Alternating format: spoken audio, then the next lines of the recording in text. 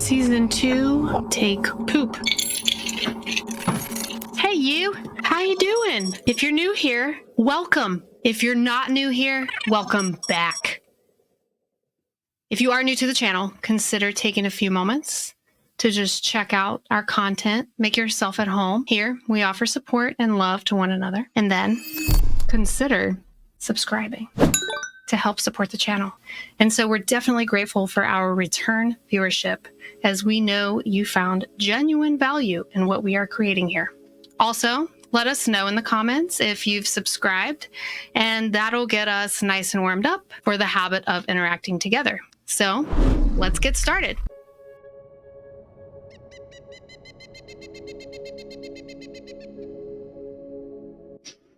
We're rolling. I don't see it.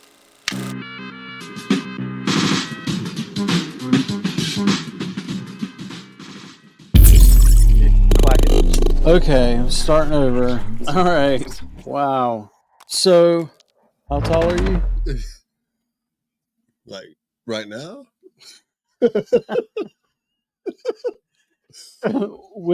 Not with heels on. I used to be 5'11", but now like 5'10", I think. Okay. And what's your weight, class? About 193. Okay.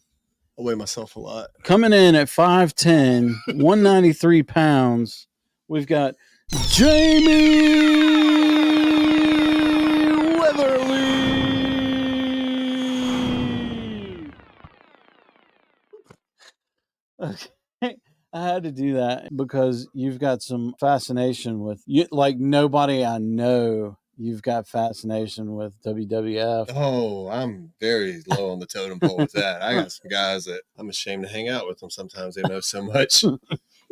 Well, thank you guys for joining us. And this is a dude that has inspired me in many different ways. Super proud to know him and be a friend. And we've known each other for longer than either one of us want to admit. And literally thought we were recording for the past 20, 25 minutes of the podcast and had to restart. So here we are again with just a little bit of cynicism, a little bit. So, okay, Jamie, where are you from? What's your name? What am I doing right now? And what are you doing? And then we'll get started with. Right on. No, we'll get started with not saying so much. Also, well, again, I'm glad. Thank you very much for allowing me to be here. It's funny how the timing, I think, worked out for both of us. I think we both reached out to each other at about the same time. What I'm doing right now is I found myself, I guess you could say, in the middle of my midlife crisis. I didn't buy a Corvette and move to the beach, but I did take a major trajectory change with my career and started working on a book project, which the book is complete now. It was a 2-year project, started off moving in one direction and was totally pushed into another direction. It is based on my life.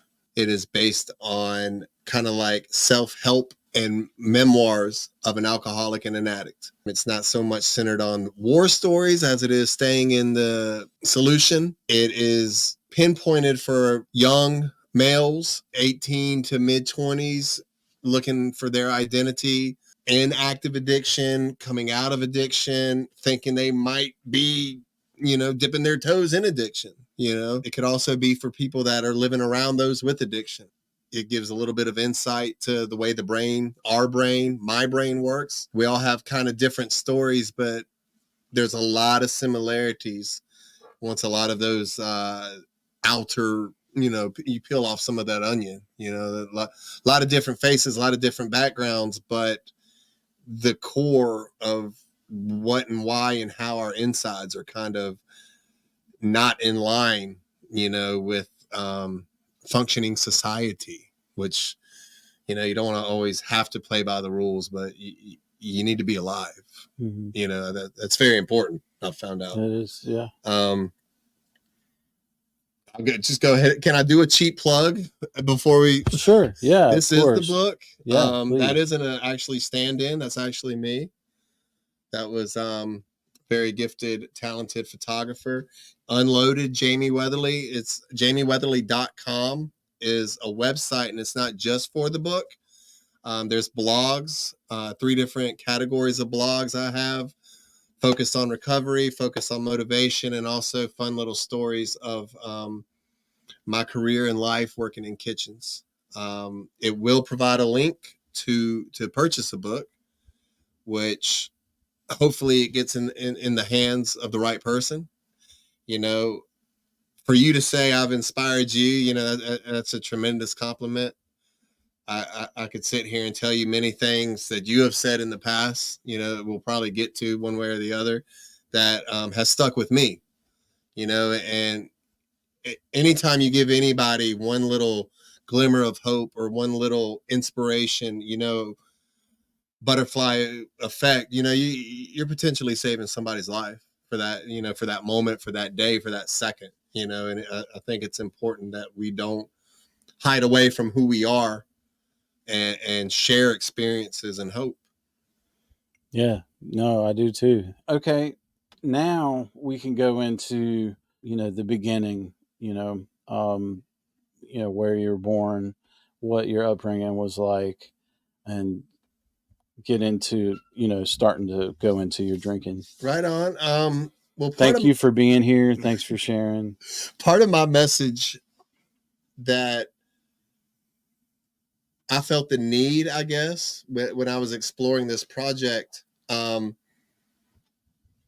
is to represent a certain, I want to say demographic, or what, you know what I mean?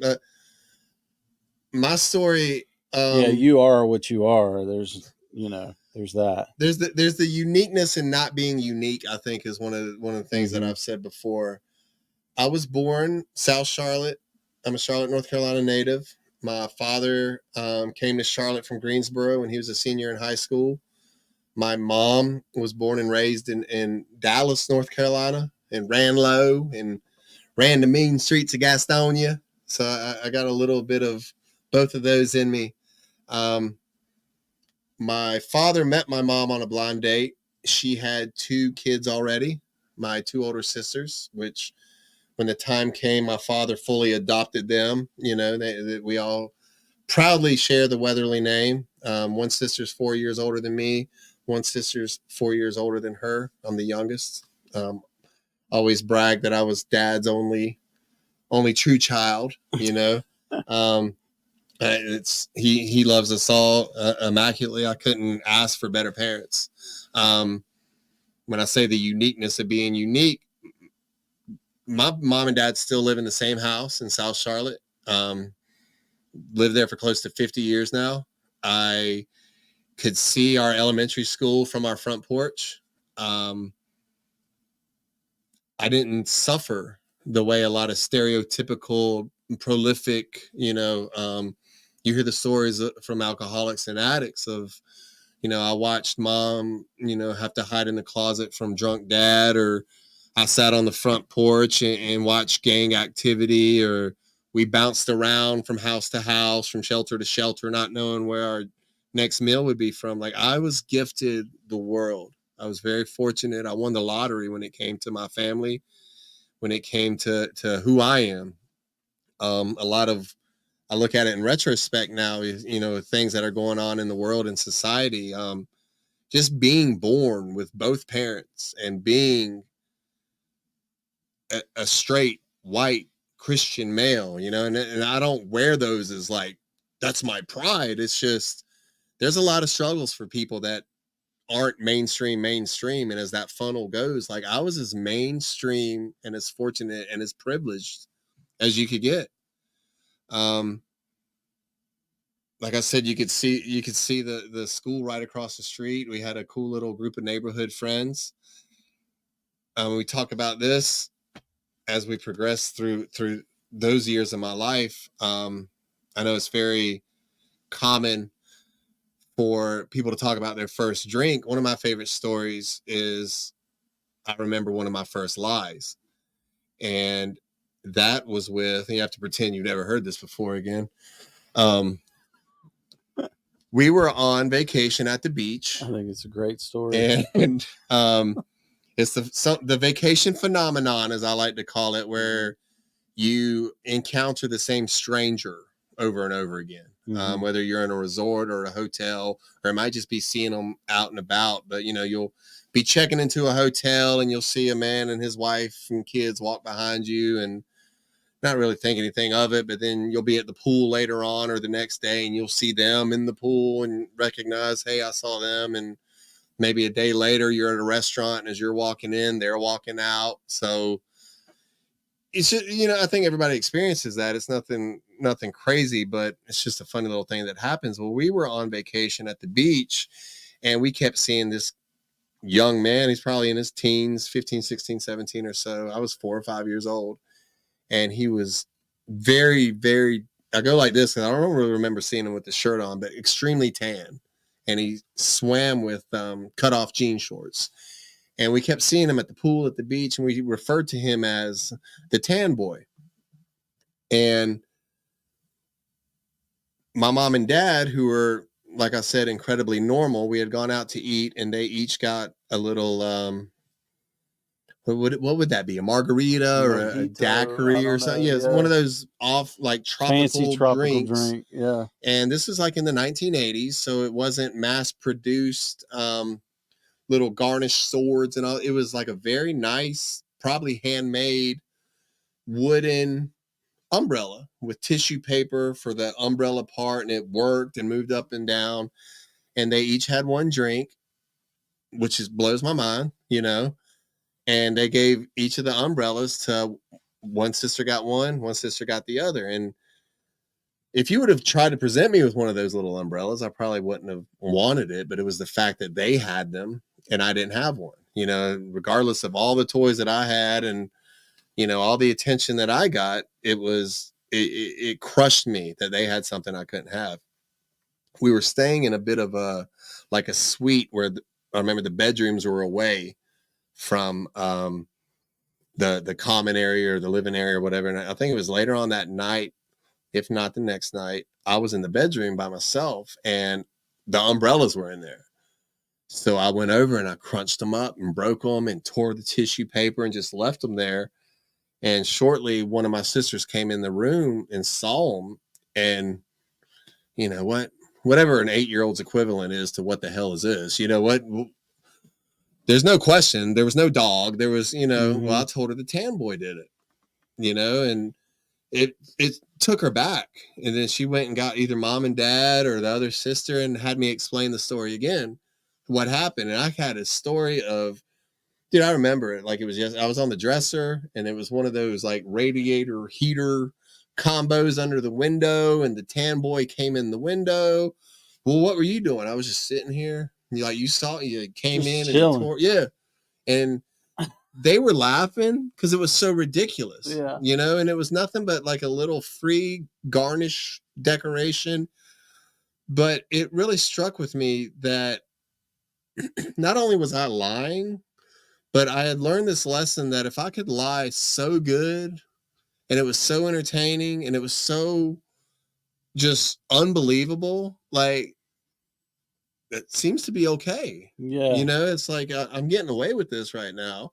The comedy of this situation has eclipsed the whole seriousness of, you know, it wasn't a huge deal.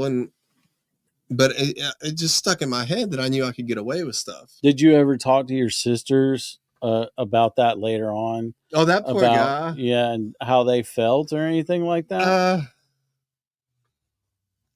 No. Not really as much as. And you didn't get any trouble? I was in no trouble. And 40 years later, for the past 40 years, that guy has been blamed for so much stuff because it's like a running joke. That even some of our family friends, like my best friend Sean, he knows about the tan guy. Wow. And Sean didn't come into my life until 5 years later or so. Yeah. And it's just the legend of this tan guy. And funny. I'm pretty sure I've apologized for it by now. And if I haven't, then I owe them that, you know. But I think everything was just so erased based on the comedy that I was telling them, like Right. straight face, as sure as the sky is blue, that boy crawled in this window, and I knew they knew I was lying, but it was okay because it was Funny. yeah, Yeah. and that was I can even see that being even more like an encouragement to, go even more ridiculous with the stories to create like a fantastic, yeah. comedy to the situation. And I'm very adamant, even before, like, as simple as that story is, I don't blame anybody for anything. Mm-hmm. I don't blame anybody for any direction my life took, and I don't want this to be, oh, if my mom and dad would have punished me, Mm-hmm. I would have gone on to Harvard Sure. Law School. Right, You know what right. I mean? It's all their fault for laughing about that tan boy. No. A lot of what our being an addict, being an alcoholic, whatever you want to call it, it's our perception and it's our reaction. Mm-hmm. And if it wasn't the tan boy, I would have learned that lesson a different way because I would have created it. Mm-hmm. You know what I mean? I think Mm-hmm. a lot of times I'm not trying to go super off the rails philosophy. I think a lot of times it's a lesson that we might not even know, but we know we want to get to that point. Does that make sense? Like, I want to prove something, but I've got to go through this to get there. And if it wouldn't have been the tan boy, I would have found another way to be a manipulative, lying little asshole. Right. I hear that. So it happened to me a little bit early. Dude, that was over 40 years ago, and I still remember that. Growing up, man, it was it was Bye Bye Miss American Pie. It was fantastic. We lived in the neighborhood John Cougar Mellencamp sung about. We didn't have the white picket fence, but we had the parents, we had the activities. I was a swimmer. I played basketball. I played baseball. My sister's a cheerleader. Did the flag line. Your parents were highly involved. They with were. Your school? I have no idea how they did it. With our age gap, the four of us were 4 years apart. The three of us were 4 years apart. There was no overlap. We were never at the same school at the same time. The elementary, then the middle school, which is junior high school at the time, and then the high school. They were PTA presidents. My mom was the crossing guard. My mom would help at the administration in the school office. They were team parents. They were the band boosters. My dad would run out at halftime of the football games to help set up the band. You know what I mean? It was unbelievable. It was unbelievable. They set the bar very high for what I, as a parent, want to achieve too. And I know it's possible because I've seen it. How they did it, I have no idea. But going back to that, like, that's the as protected and as sheltered and as gifted and as privileged as I still found a way to screw it all up. Young, there was no crazy young abuse and drinking and all that. I mean, drug abuse. There was the funny I remember my dad would have a beer while he was mowing the grass or something, and I would have a little sip of it. And I didn't like the way it tasted. You shouldn't like the way it tastes when you're 7, 8, 9 years old. You know what I mean? About middle school age, I think, is when we were allowed to stay up for New Year's, and we would get a little sip of champagne.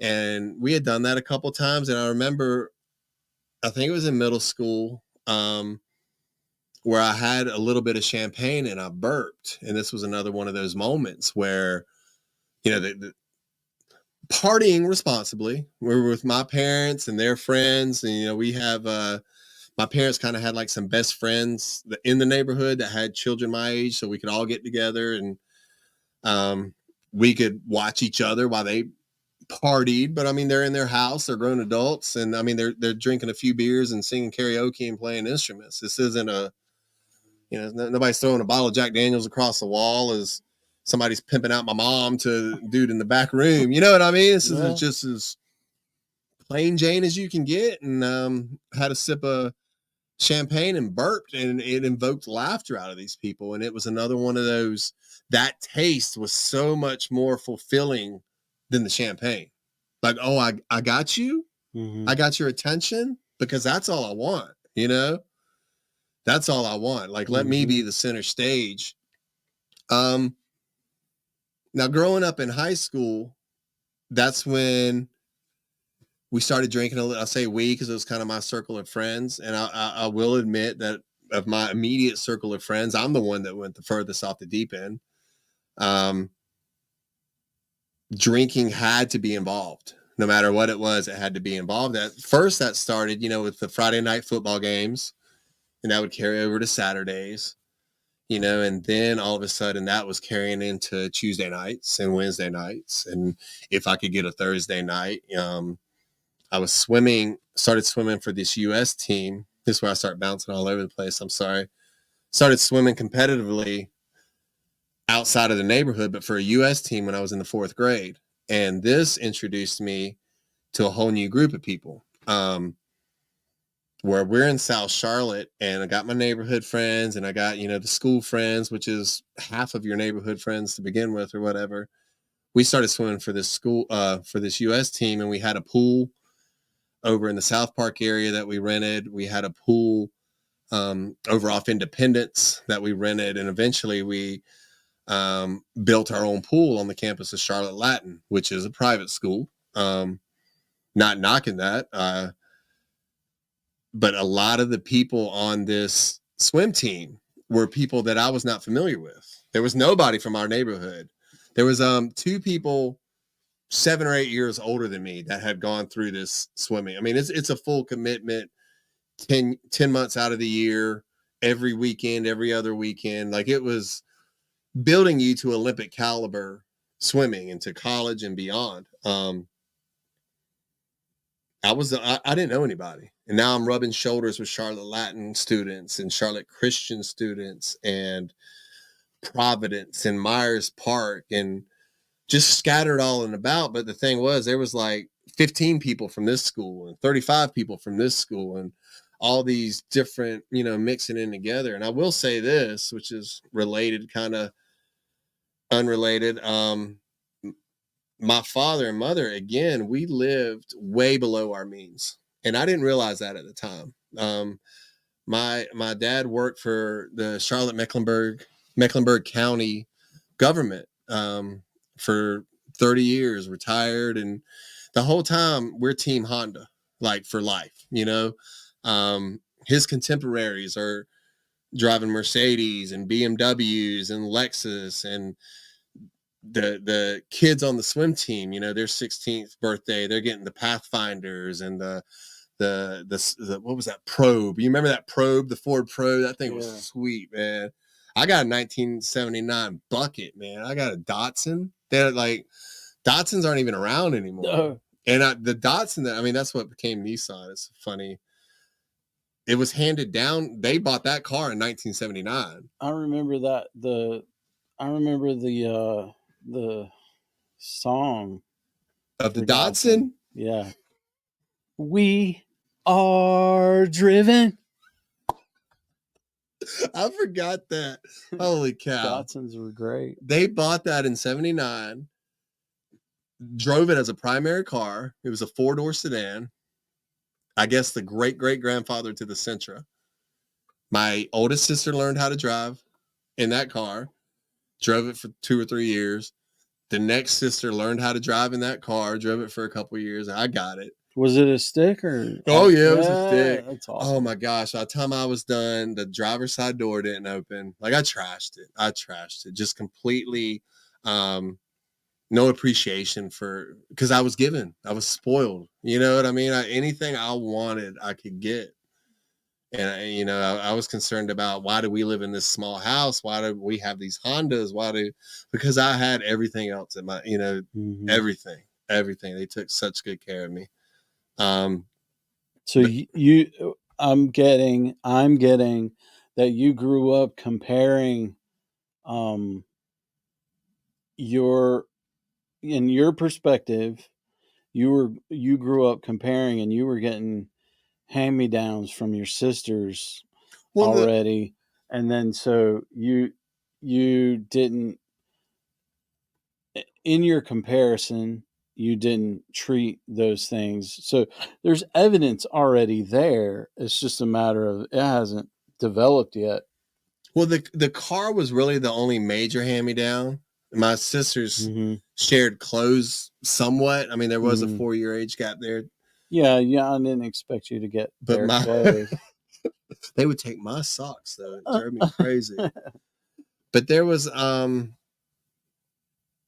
if it was insightful to anything in the future, it was that I just didn't care, and that the world Mhm. was there for my disposal, Right. and that I had some things I cared about. Mhm. Like I might trash this car, but I've got on these sweet shoes. You know Right, what I mean? right, And I'm right. I'm not going to walk through a mud puddle in Mhm. these shoes, but I'll smash the back window out of my car if it makes, the right people look at me, because that's cool. You know, um, That's the stuff. That's the stuff that I can identify with, but completely different scenario where I'm like I'm like I was traumatized, so I was out like looking for attention anywhere I could get it. But I hear you. Yeah. and we part of what I found myself doing with this new group of friends, and this more like it was kind of like a mushroom cloud where it progressed through my life. Where at first I had this moment with Tan Boy, and then as I start to grow socially, and all of a sudden I've got friends over here that go to nice schools and nice houses. Then I'm going to college in Baltimore where I don't know anybody. Like I'm the only person there. Actually, freshman class, there was another guy from Charlotte. He was a basketball player. Um, we didn't, we knew each other. It was a very small school. It's called Goucher College. Very comparable to Davidson here in North Carolina. Private school, liberal arts. Um, he and I just didn't, I want to say I didn't know anybody. Like he was from Charlotte, and that's how I knew him. I didn't know the guy. We didn't hang out. He did a lot better in school than I did. He was there to go to school. Okay, so you didn't know him in Charlotte. No, not at Okay. all. I was just, Okay. there's, his name is Clay. There's Clay. Clay Mhm. went to, Clay's from Charlotte. Oh, okay. We actually rode the same airplane one time, either to or from, on a break. Didn't, that was it. Like, hey, I know you. You Yeah. exist. Cool. There's no reason to talk. We're not enemies, but we're not friends. But what I found myself doing in a lot of this, it was retrospective.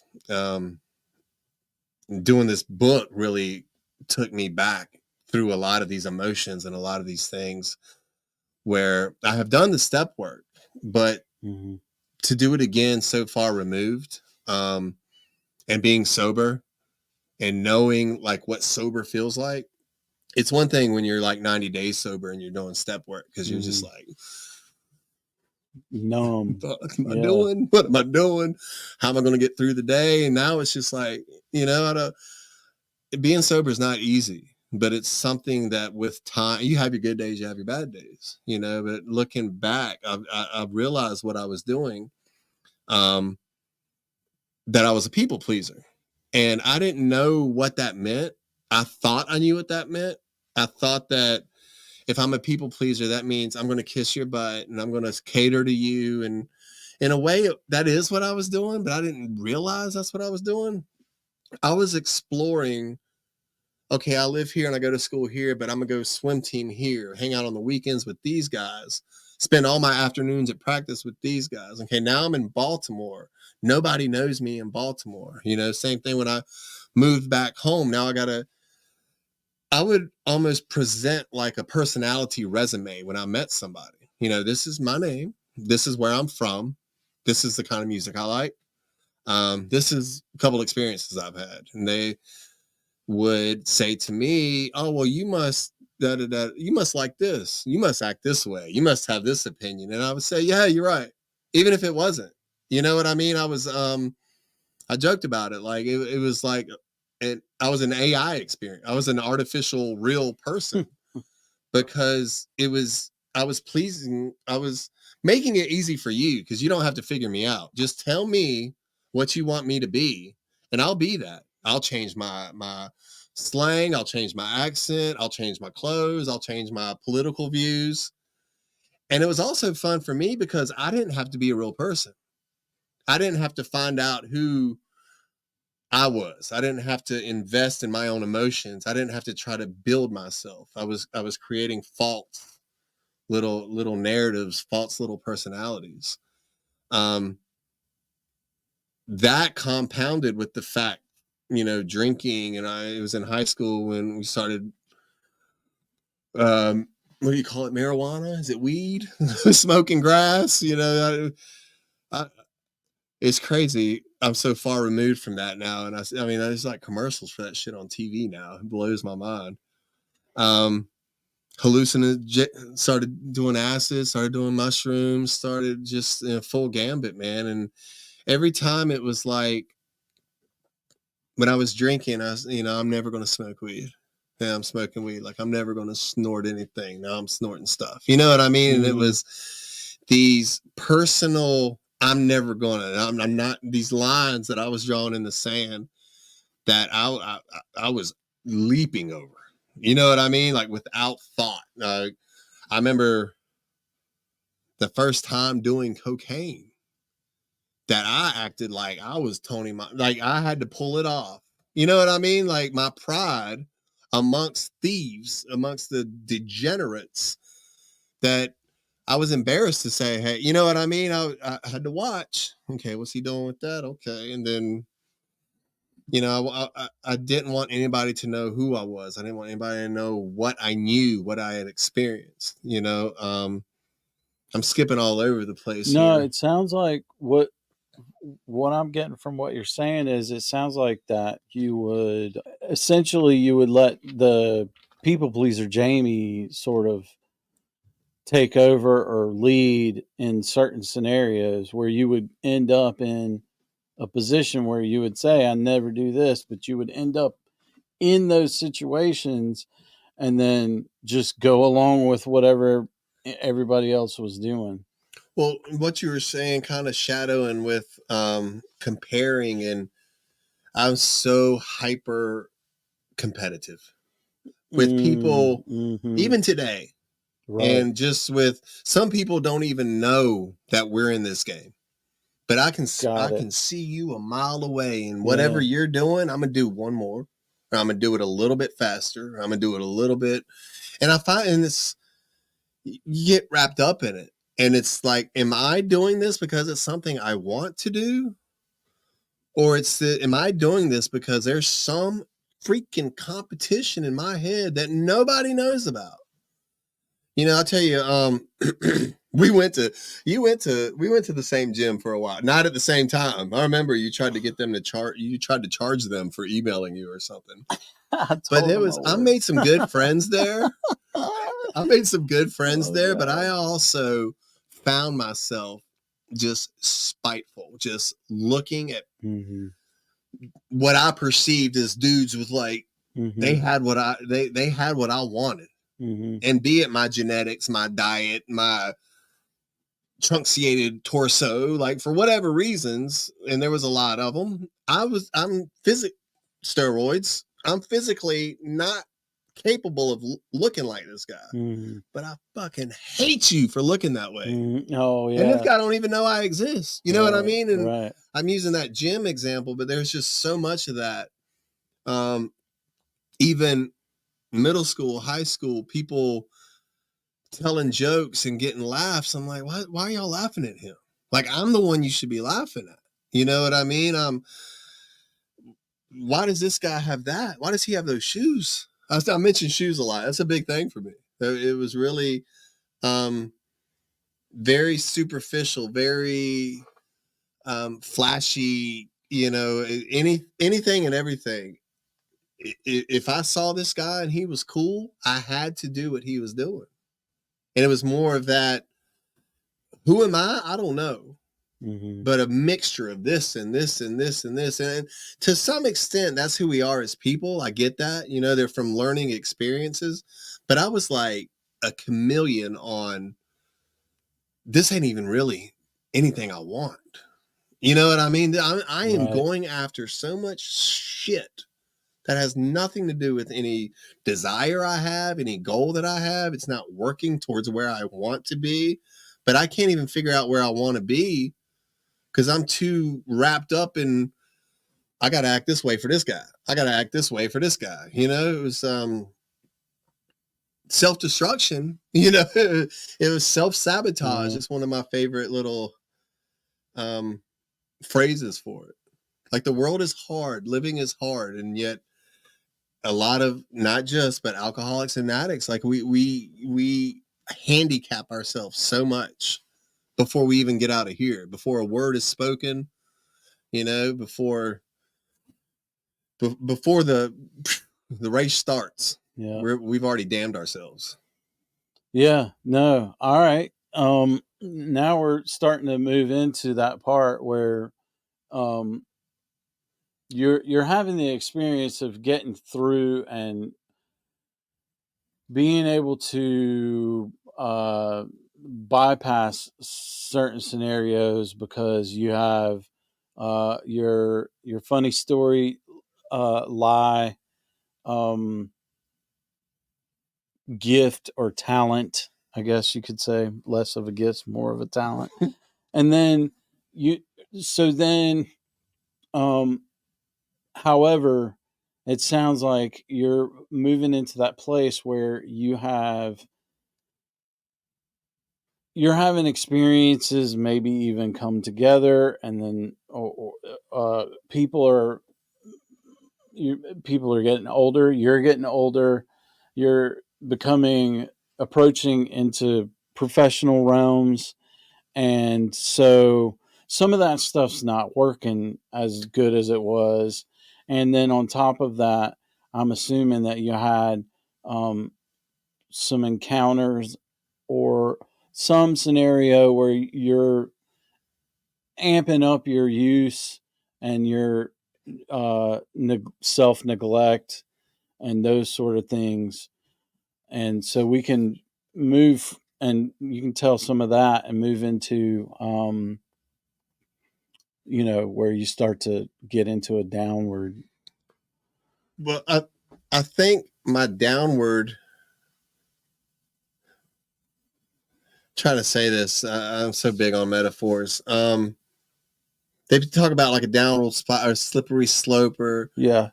mine, I think, was so abrupt because of all the assets I had around me, Mm-hmm. both with my family, both with just right. I have a gift to this day of right place at the right time. Mm-hmm. And we can get all theology or whatever. Like, I don't care what, religion, luck, karma. I don't care what it's called, but I know for a fact everything's going to be okay through experience. I know for a fact that I'm going to get what I'm supposed to get, and I'm going to be taken care of. But I also know you help facilitate that with what you put out, and Mm-hmm. that's come tenfold. And I went way ahead. Once I start saying that, it's No, kind of I my little hear it. preach. Like, Yeah. you put that positive out there, you're going to get that positive. Mm-hmm. From middle school and then high school is when the trouble drinking and using started. My problem was I couldn't get in trouble with even my parents, as active as they were and aware of things. I was good on the swim team. I was good in school. I was really good in school. I was very smart. I was very smart. I did really well. I participated in clubs. I participated in the challenges. I wasn't shy to get up as a leader. You know what I mean? I was looked upon. I have no problem with talking, as you can, I was a team leader. I was a voice. My dad also, for a while, his name before city of Charlotte and Mecklenburg County, before they joined. And I don't know how much he knows about this, but his signature was on every Charlotte Mecklenburg County police officer's paycheck. So I got pulled over many times coming home from school. One time in particular, a friend, you might know him, and I'm not looking to incriminate him. He had on a Jason mask and was swinging at oncoming cars in the Datsun with a baseball bat. Oh, wow. Coming home from Olympic, and got pulled over and read my name. And I'm James Weatherly. I'm Jamie Weatherly, but my name's James Weatherly. My father, I'm not a junior. We have a different middle name, but James Weatherly. And, oh, are you related to? Yeah. Just try to make wiser decisions. I never got into trouble. And the further that went on, the more I try to push the envelope. You know what I mean? Until eventually you go so big, like it doesn't matter who your daddy is. You know what I mean? Right. And especially as I was like alienating myself, again, something I don't know if I realized it at the time.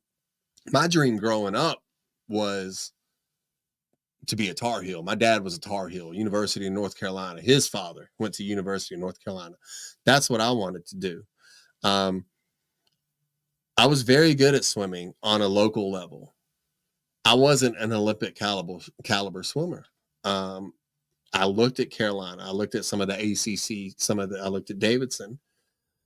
I might have been able to participate on their team, maybe practice with them, maybe show up at home meets and help set up the timing system, but I wasn't going to be swimming for these teams.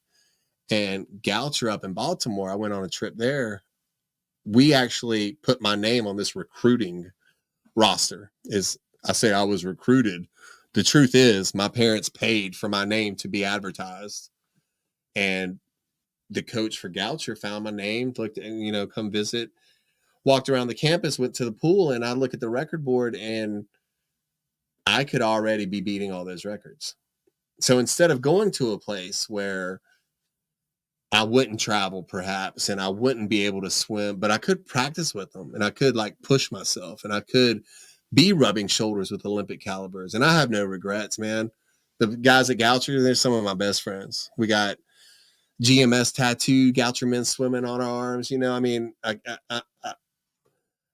not shunning them or anything. You know what I mean? But it's the decision I made before I even knew them was, can I go over here and challenge myself?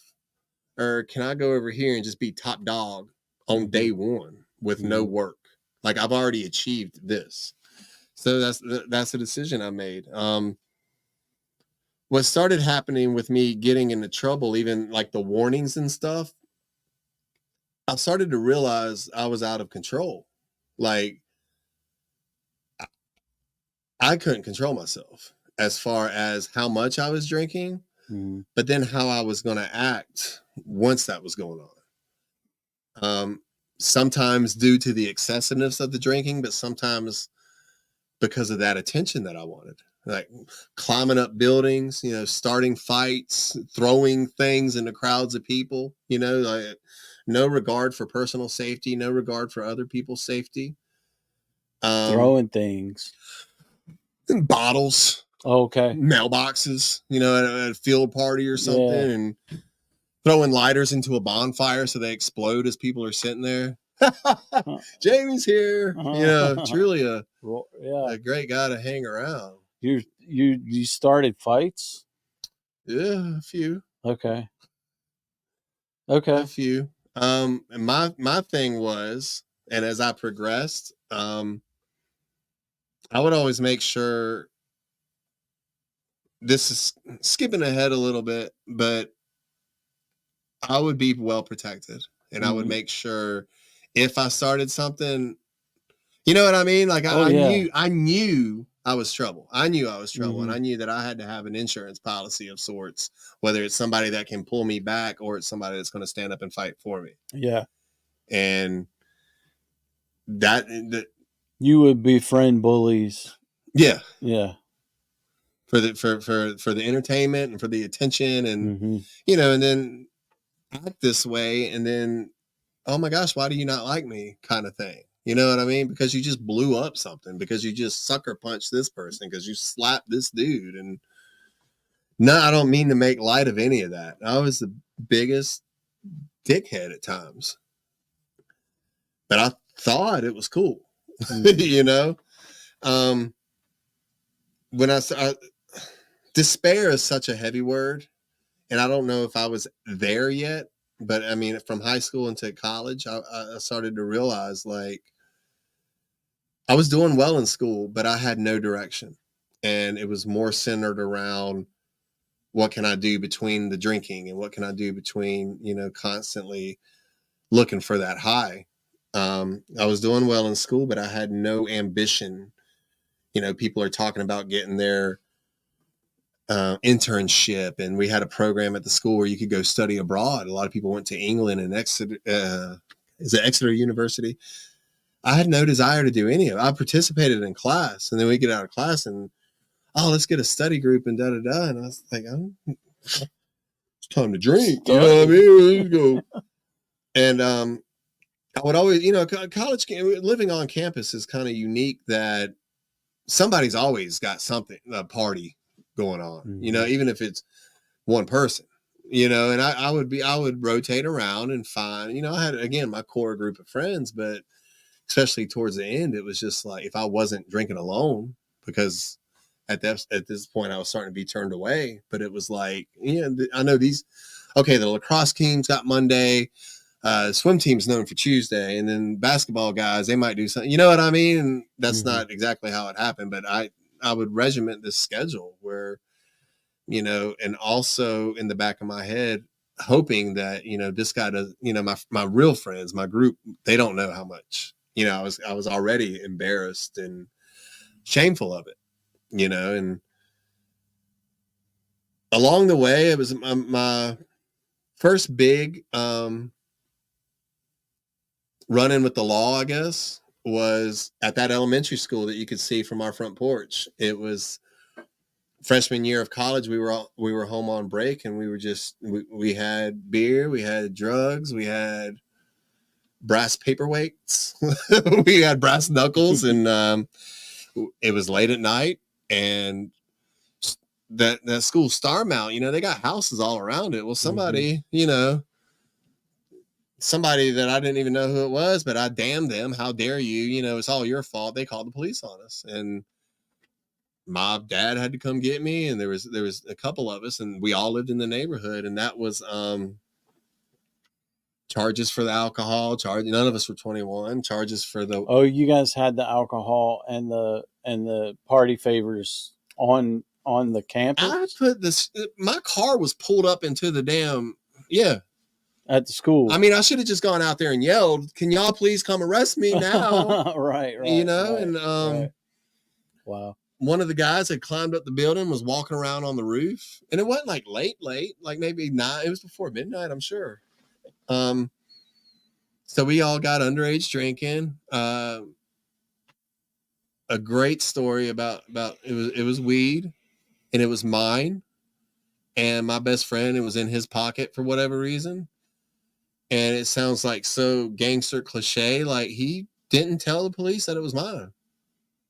And that's my friend Sean, which he knows this story, and I'm not. I don't think that's an embarrassment to him. And there's millions of Seans in the world. Surely not everybody knows who I'm talking about, but you know me. You know I'm talking about. Like that dude took that charge, and again, it was like I'm freaking bulletproof. You know what I mean? I mean, to this day, I'm in debt to him for saving my life many times over. But that was just such a honor among thieves type of thing. Like he didn't rat me out. We all got these charges. He got an extra charge. We were told never to step foot on Charlotte Mecklenburg school property again, which sucked because I've got at the time nephews in Charlotte Mecklenburg schools, and we like to family go see the games or whatever. My dad works. They said Charlotte Mecklenburg property. I was like, my dad is an employee, like a high ranking employee. Like that kind of stinks. Which of course I didn't obey that rule because I knew there was no database. I'm not trying to say I'm an outlaw, but I mean, if I needed to go see my dad at work and go have lunch or whatever, this progressed into drug paraphernalia, drug possession charges. I got pulled over one day speeding, like 2:30 or 3 in the afternoon, drunk as hell, like a couple sips away from blackout drunk, on my way to work as a lifeguard. You know, I mean, that's how great. I'm on my way to go be a lifeguard. I can tell you what, my memory is really, and I know it's not all about the war stories, but I have such, we each had 6 24-ounce ice house. So that's like a 12-pack, right? Plus it's the whatever accelerated alcohol by volume, and, you know, smoking weed or whatever, and got pulled over speeding. That was at lifeguard at Painted Tree. And the cop pulled me over, and, you know, I was flying because I was late. You know, I can't be late for work. I'm breaking 12 other laws, but I can't be late for work. Which goes back to what I was saying. I was good at school. I was punctual. You know what I mean? Like these outliners I was very good at, but, you know, don't look behind the curtain type of thing. He got pulled over, and he smelled alcohol on us, but he was like, you know, I told him, I said, you know, we had a beer for lunch, because it was like, dude, I was 19 or 20. I was 20 years old, and I was on my way to work. I very obviously had on a lifeguard shirt, and like, there's no way this kid's completely just schnockered, you know, but I had weed, I had a pipe, I had papers and the speeding ticket, and he gives it to me or whatever. And I just figure it's going to go away. You know, I'm not facing any of that. I was going back to school, back to Baltimore in a few weeks. I just left that ticket like lying on my bed where my mom found it. And now all of a sudden we're not acting the way a responsible mom should, you know what I mean? And threatening me with not going back. And, you know, I'm so scared that I'm not going to go back to Baltimore. Just all these like little petty things. And somehow I ended up getting out of that, you know, and I could sit here and tell you all these little tic-tac crimes. Mm-hmm. But when you commit arson, they don't fuck around, dude. Like, they don't, that's not one you can laugh at. That's what got me a lifetime ban from my school up in Baltimore. There were people just minding their business, trying to sleep, and I decided to set their dorm on fire. Very fortunate that minimal damage, nothing burned down, sprinklers went off, everything worked. But I was walking around, had nothing better to do. It was bored. It was late at night, and I was wasted, and I thought that'd be funny. Okay. Yeah. And there was an evacuation. Of course, I slip off to my place and, you know, crash. I'm still on campus. I miss all the head counts and all that. They're trying to figure out, you know, make sure everybody's okay. It took a couple days for them to figure it out, but eventually everything kept pointing back to me. That's when it started to hit me, man. Like, a speeding ticket's one thing. A possession ticket, that's one thing. You know, we're all just trying to figure things out. I almost killed 200 people.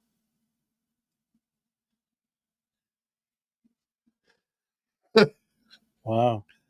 I almost killed 200 people. I'd say almost. I mean, it's not, I don't want to sensationalize it. It was in the bathroom. Yeah. It was, they cleaned it up. Yeah. But I also don't want to downplay it. Like, right. If it was, you know, who knows? If it was a couple hours later, maybe something different would have happened. Yeah. Yeah, I mean, it could have been a very unlucky situation for you, and it was not the smartest thing to do, and you were doing it on a jokey.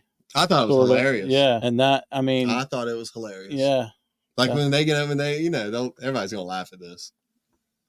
And now I'm assuming you were pretty schnockered, pretty wasted at this point. I was, and at this point, it's about 3 weeks out of my junior year, completing my junior year. I don't think I would have passed. I wasn't participating in class. I've gone. Yeah, that's the question I want to ask: is where, looking back emotionally and mentally, where were you at? There's seems to be you weren't wanting to plan to go forward, and you couldn't find any interest. So, and there was a competitive nature behind you. So I don't know, were you feeling like you weren't interested in anything, and so you weren't as smart as other people, or you felt like you weren't going to be king, so it wasn't worth moving in any direction? What was there's to me there's something going on there where it's like you're having a wall, you're facing a wall that you know what I mean, is like, nah, kind of sort of idea, I don't know, attitude, or where was your head and emotional place at I was to make those decisions? The wise person that should be in charge of me was about 12 to 24 hours behind the part of me that wanted to party. And I was living every day in regret. Every day that I had written on my ceiling some message, I can't, life is not an option or something. Like, if I had this when I wake up, I could not physically get myself out of bed. One, because of the condition that I went to sleep in, but two, because I had zero self-respect at this point. My personal hygiene was horrible. Like I said, if I couldn't find one person to hang out with, I was hoarding liquor bottles, hoarding beer can. Like, it was completely drinking by myself. I wanted to do good in school. I just couldn't make myself. And I was waking up every day just pissed. And there were days where I wouldn't leave. I wouldn't leave my dorm room. I was living in a dorm room. I wasn't living in an apartment. I was living in a small dorm room. Were you drinking every day by then? Oh yeah. Oh yeah. Okay. And I wouldn't leave. I started using my trash can as a toilet because I didn't want to go out and face people. I mean, and I had my circle of friends, like I said, my swimming buddies. I would just try to play it off. I wasn't going to class. I was dean's list. I was a dean's list student. Yeah. And found out I could be instead of all A's, I could get B's if I skipped one class a week. Well, now I can get, whatever the equivalent to average or passing. I started taking classes pass or fail, which I still don't understand why they do that, but it's affects your GPA or what. You either pass it or fail it instead of being ranked. This is an A, this is a B. I don't even know if that's so archaic. I don't even know if they still use that system anymore, but I was taking every easy way out, and I would see, if I give it's still acceptable if I give a little less effort. And it wasn't that I wasn't giving less effort. I didn't care. And I wasn't putting myself in a position. I was going to classes drunk. I was going. That part of that also to me is like the chemical dependency and the chemical, what it does, alcohol, and what happens in alcohol to someone is it's a barbiturate, so it creates depression out of just by chemical reaction to your body. So if you're in that part where you're chemically dependent and having depression and just doing what it does naturally also. So if you're drinking enough, you don't have to have too much of a concept of beyond the future either, because you're just essentially beginning the pickle process, basically. Well, it's also it's very hard for some people to understand of the comfort that even though it's a heaping pile of shit, I have found comfort in it. And it's much just like the people pleasing, where I don't have to do work. I can get by with this. Like, going to class is hard, but sitting here and sleeping and just getting drunk and not facing, like, it's so much easier. It's so much easier. It's the easy way out. And, it's interesting you present that to me. I don't know when it happened. Where did this competitiveness stop? Like, instead of being competitive with school and worried about, trying to stay in shape, because I was doing really well swimming there too. not just at the pool, but on campus, but with the our conference championship. Like I was doing really well. Somewhere along the way, my competitiveness shifted from what's like real life, what's important, to the party scene.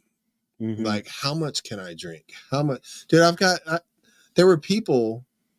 You found an environment to where you could, but you were like, man, I could be Van Wilder, Yeah, flat out. Yeah. And so that's the path. I always think it's a funny one. Which guy was it? I can't remember which one, but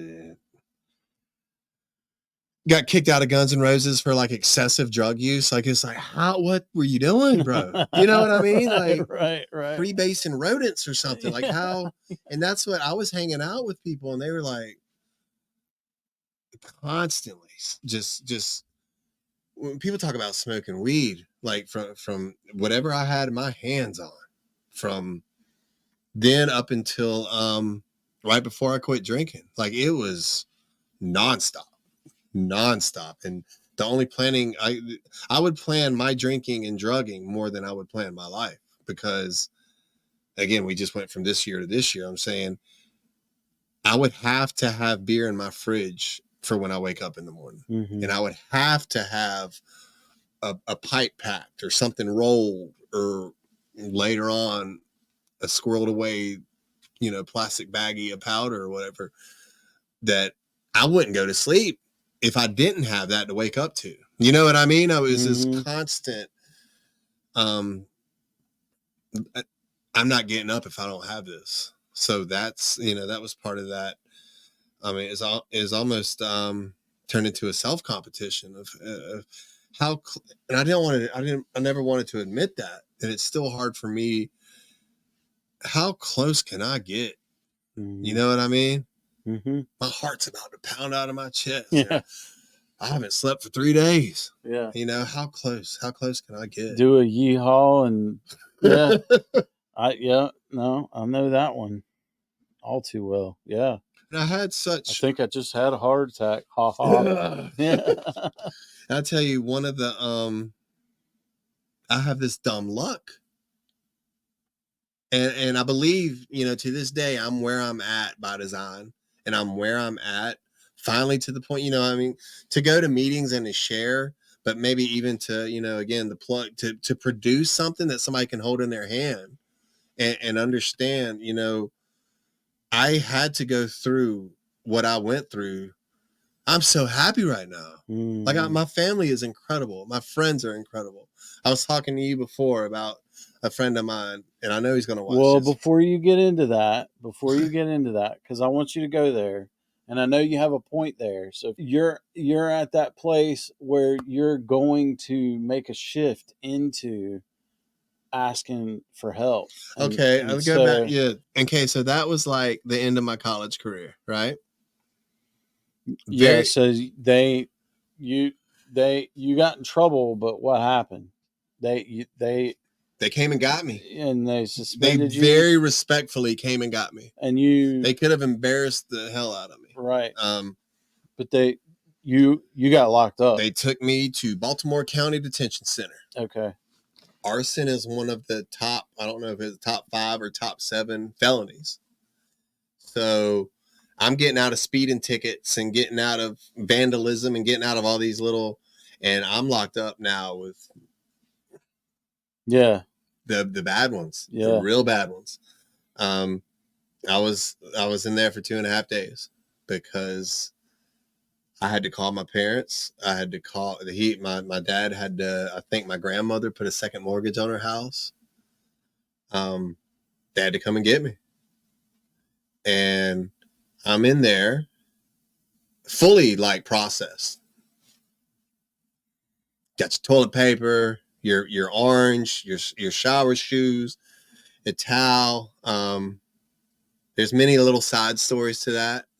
So now some of it's kind of funny, just based on the circumstance. Had a cellmate, this older guy. I mean, just tried. You want to talk about being a people pleaser? Like, God, please. Like, so just scared. and showering in front of people and cavity searches and just humiliated. Like, none of these people know me, but I mean, just one of the most powerful things my father ever said to me was, "I'm not mad, I'm disappointed." Mm-hmm. And being my father obviously has been a father a lot longer than I've been a father, but I understand, that what that means, and I've never, not to this, my kids are young. I haven't been disappointed. They've definitely invoked some anger, but I mean, to hear that from him, and also to realize the self-humiliation was, I was in there and like, these guys were comfortable. And there was a couple guys that had jobs and like real tennis shoes. I was like, well, how long have you been here? I didn't know when I was getting out. I didn't know the circumstance, you know? Finally, I was released. My dad and my brother-in-law came and got me. While, how'd that work? I wasn't allowed back on campus. They went and packed up all my stuff with a few of my friends with trash cans full of piss and shit because I wasn't going, especially the past couple of days, because I knew I was wanted. Like, I knew it was a matter of time. Packed up, came back home, but I had a court date, looming maybe in a month or so. So I had the bright idea. I think I quit drinking maybe for 6 days, which was a long time at that point. And I had the bright idea that I could go to this outpatient rehab. I haven't gone to court yet, but I have no intention of changing my lifestyle. I have intention of, I got to figure out how to quit getting in trouble. So I go to this outpatient program and I figure, I can do all this and get me my certificate. And when I go to the judge, everything will be wonderful. I was there on my own accord. I didn't have a probation officer or anything. So I was turning in dirty piss tests. I was coming in drunk. I was devil's advocate seems like a nice way of saying it, because devil's advocate can be kind of cool. Like, it starts like, I'm surprised I didn't get kicked out of it, to be honest. But I think they knew because I didn't have any legal reason to be there. It was kind of like they just put up with me for the 30 days or whatever it was. It was the McLeod Center. And I went through all the motions, I didn't go to any meetings, just forged signatures on shit. Actually, let me go back. I went to a couple meetings and the people there were so different from me. Like, I'm this young. I wasn't even 21 yet. I was 20 years old. Again, my outer appearance. And there's this person that looks nothing like me. And there's this person here that doesn't have all their teeth. And there's this person over here that's, they had to ride the bus. Ha, ha, ha. And this person, and I'm pretty. I'm pretty and young. And you guys just, this is way worse than I am. It took me 20 years to figure it out that,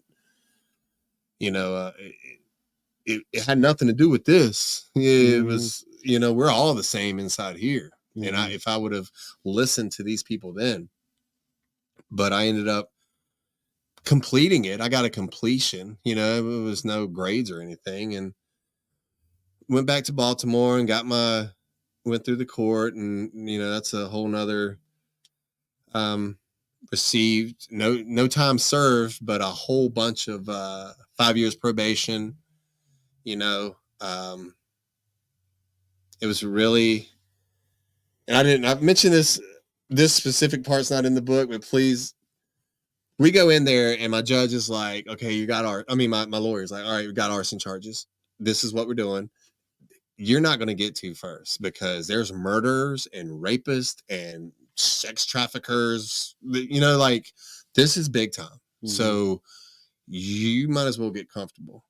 And then comes in like this group of about 30 high school kids that sat in the front, and it was like career day. And he calls me first, and found out later it's because I was young and they thought that they could. Oh my God, dude. I started hallucinating. He was yelling at me so bad. I remember he was this large white man with jowls, like almost comical, like Jim Henson. And there was like a picket fence kind of design behind him. And his head was just floating around as he was just laying down everything like this many years, but then suspended sentence or whatever, until 5 years probation, and gave me some threat. You come back in this court, you will be doing all of those years. My knees buckled. Like I almost passed out and came back to Charlotte, trying real hard to figure my life out. That's when I started working in a restaurant. And I think I put together about 2 weeks of sobriety. And then I'll just drink a 6-pack. And then I'll just start smoking weed again and full-fledged back at it again. Now driving around, My court case was in Baltimore. They had to transfer it to Charlotte. It got lost.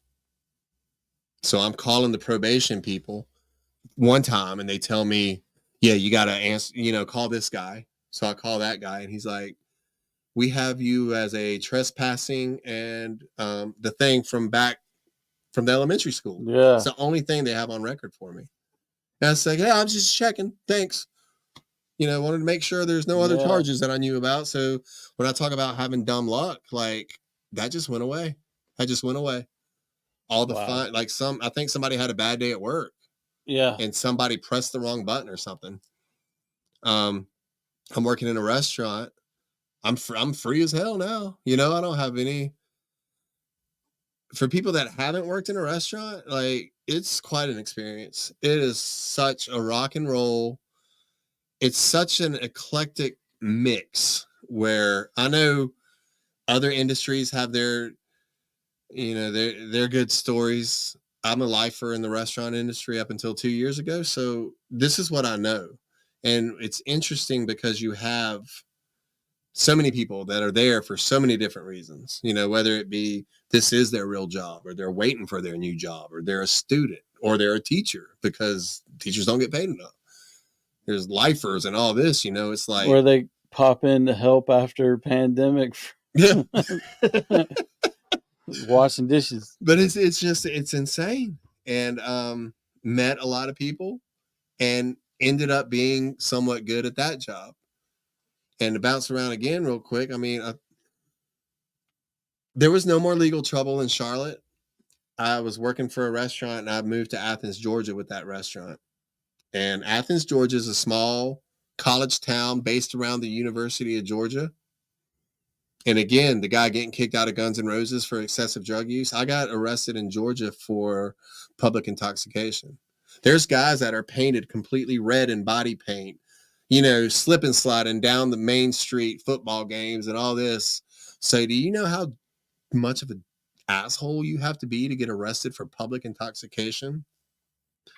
Just more bad decisions. And I felt threatened by somebody one night where I tried to break into their apartment and was, I guess, going to do damage to this person. He had stolen something from me. Were you blacked out? Or you were on the edge back and forth? I drank a lot of gin that night. Okay. And to whatever the credit of when people say, oh, I won't ever drink that. That was the last time I ever drank gin. Now, granted, I continued to drink for about 7 or 8 more years after that. But this guy lived on the 3rd floor and I crawled up the apartment and was banging on his door. Wow. And I think he called the police. Yeah, he told me, I've called the police. So I scaled down and a police car, the Athens police, Shelby County, I think. That might be Memphis. I get my arrests confused. They're pulling into the parking lot and I, like Spider-Man, landed right in front of them. So there's no denying. You know what I mean? Yeah. They're like, woo. Oh, man. So that was that. He must be the guy. Yeah. And that was a brand new county. I had no track record there. I think I had to go see a probation officer a couple times, and that was it. I was in my 20s, early 20s. I'm old enough to drink at this point. And of course, I'm drinking a lot alone. and also with the other rock and rollers of that industry. And I don't mean any discredit to these people, but a lot of times it was who's left standing at midnight, 1 o'clock, 2 o'clock. And instead of having friends that you have similar musical interests, or you want to go check out this movie, or you want to go see the Hornets play, or you want to go to the University of Georgia football game, it's this guy is as screwed up as I am, so we can hang out and there's no judging, and we can just get as high as we want to and drink as much as we want to, and we're safe. I refer to that as like lowest common denominator friends. You have nothing in common other than the fact that most of your social circles have pushed you away. And the only thing you two have in common, or 3 or 4 or 5, is the fact that you just like to see how close you can get, man. How close can you get? Now, I was working with that same company, moved out to Tennessee. Still doing all right with my career. And always, we're instructed, and it's really good suggestion not to live in regret. But it crosses my mind sometimes. Like, I was good at that job at that point. It was a great company to work for. And, how much better could I have accelerated through there if, again, I could have moved up position wise, but I was comfortable in that little pile of shit. And I was comfortable where my records were. I could already beat those records. I wasn't interested in challenging myself. You know what I mean? And I'm moving from Charlotte to Athens to Memphis to all these. They're lateral move. They're not promotions. It's a combination of this guy over here it was a corporation.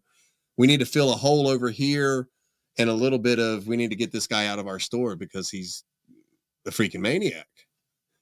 Memphis is where I finally got my DUI, and I'm surprised that it took that long. And it was a hell of a DUI. And it was, again, I'm so thankful I didn't kill anybody. I'm so thankful I'm glad to be alive, Who knows what happens then? We all have our beliefs, but considering once again, I could be locked up with the regret that I took somebody's life. I completely blacked out. Came to going down the street. I had this sweet 1987 CRX, all blacked out. They don't make those anymore, like little Matchbox cars, 2-door with the hatchback. And I woke up and the front part of the car was gone.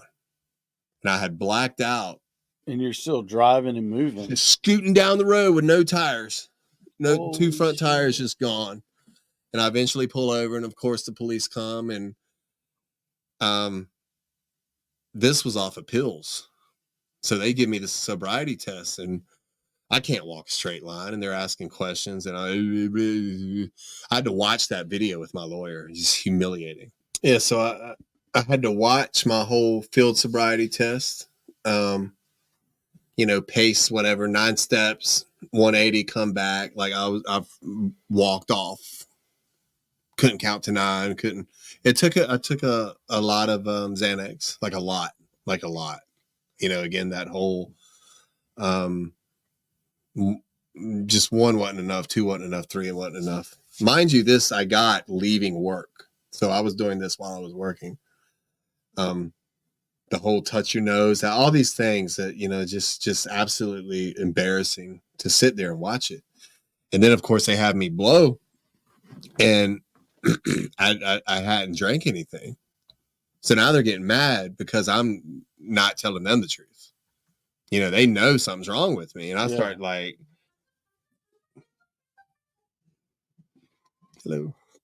They know something's wrong with me. I'm making up I have asthma and allergy induced asthma. So I'm like just telling every medication I've ever taken, just trying to throw something out there. This is slow bid, 200 milligrams for asthma. And I don't even think they make those anymore, and they're looking it up right there on their computer, and like nothing gives you the side effects that I have. And I don't know why it took them so long, but they searched me.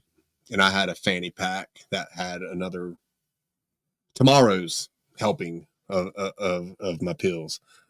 Downtown we go. The DUI and a bunch of other charges, just because of the endangerment and which I deserved. Well, apparently you hit something. I hit something. Luckily, I guess I didn't damage any property. I didn't receive anything regarding that. And again, I mean, family of 4 coming back from the beach or something that I could have just. I mean, I was out. I was it's one of the most shameful, personal, again, like just self-shame. I got a failure to appear added to my charges because it was after midnight by the time that I was booked and everything. And I had taken so many pills. I was ready for surgery. And I crawled into the holding cell and went to sleep under the bench. These things aren't glamorous. This isn't Hollywood. It's a concrete room with strategically this bench that's not made for any grown adult to actually sit on. You're not there for comfort. And it is an architectural, you idiot. You know what I mean? But I've crawled under the bench and actually slept. And I think somehow they came in and checked on me and knew I was alive, but I missed the court date for that day. I remember waking up and asking somebody what time it was and then asking them what day it was. They were like, oh, again, when you got the people you're partying with telling you need to calm down, like you're in a holding cell and they're like, bro, you're probably the worst one in here. Like, you know what I mean? Like I'm being judged now by people that on the outside of this holding cell that I would hold myself in an esteem much higher than. And now they're like, dude, you're fucked up, dude. End up going probation and all, the run of the mill again. This is when it hit me. No, I got my car towed. Now this is 1999. It's a 12-year-old car. I love that car, but it was a 12-year-old car. I paid about what I had bought for it to get it out because it stayed in the they towed it from the wreck location. And by all the fees and everything, it was like a week or so before I could get it out. I paid like close to brand new retail price to get it out. Wow. Of the impound. Had it towed to my apartment and it sat in the apartment for 2 days and I come out and it's gone. That it was towed again because of the apartment. It looked like a crushed soda can. Oh, they're like, you can't have stuff. Yeah. And that is when it hit me. I had this realization that I can't take care of myself. You know what I mean? Like I very vaguely acknowledged that everywhere I go, I seem to be getting in trouble. No matter what I do, no matter who I hang out with. I tried, do I have a drinking problem? I can maybe just do pills. I can maybe just smoke, like no matter what decision I made. And I can't imagine not being intoxicated at some level. And now I just can't take care of myself. I tried to keep it under wraps for my family until I had no money at this point. I had no money. I had to get my car out. I had to pay, talk to the people, my company that I was working for, and they saw it. I was only there for 6 months, but they saw just the de-evolution of who I was and came in pretty gung-ho about stuff, being at a new location. And by the end, I was showing up with my pants ripped and duct tape wrapped around as a manager. You know what I mean? Like, popping, what are those called? Those truck driver speed pills. They don't make those anymore either. God bless it. They don't need to make stuff like that. But you know what I'm talking about? Like, oh my God. Yes. Oh my Lord. What a great time to be alive. just using that to get through shifts, and then using whatever the opposite of that is to get on, I talked to them like, please, I need to get back home to Charlotte.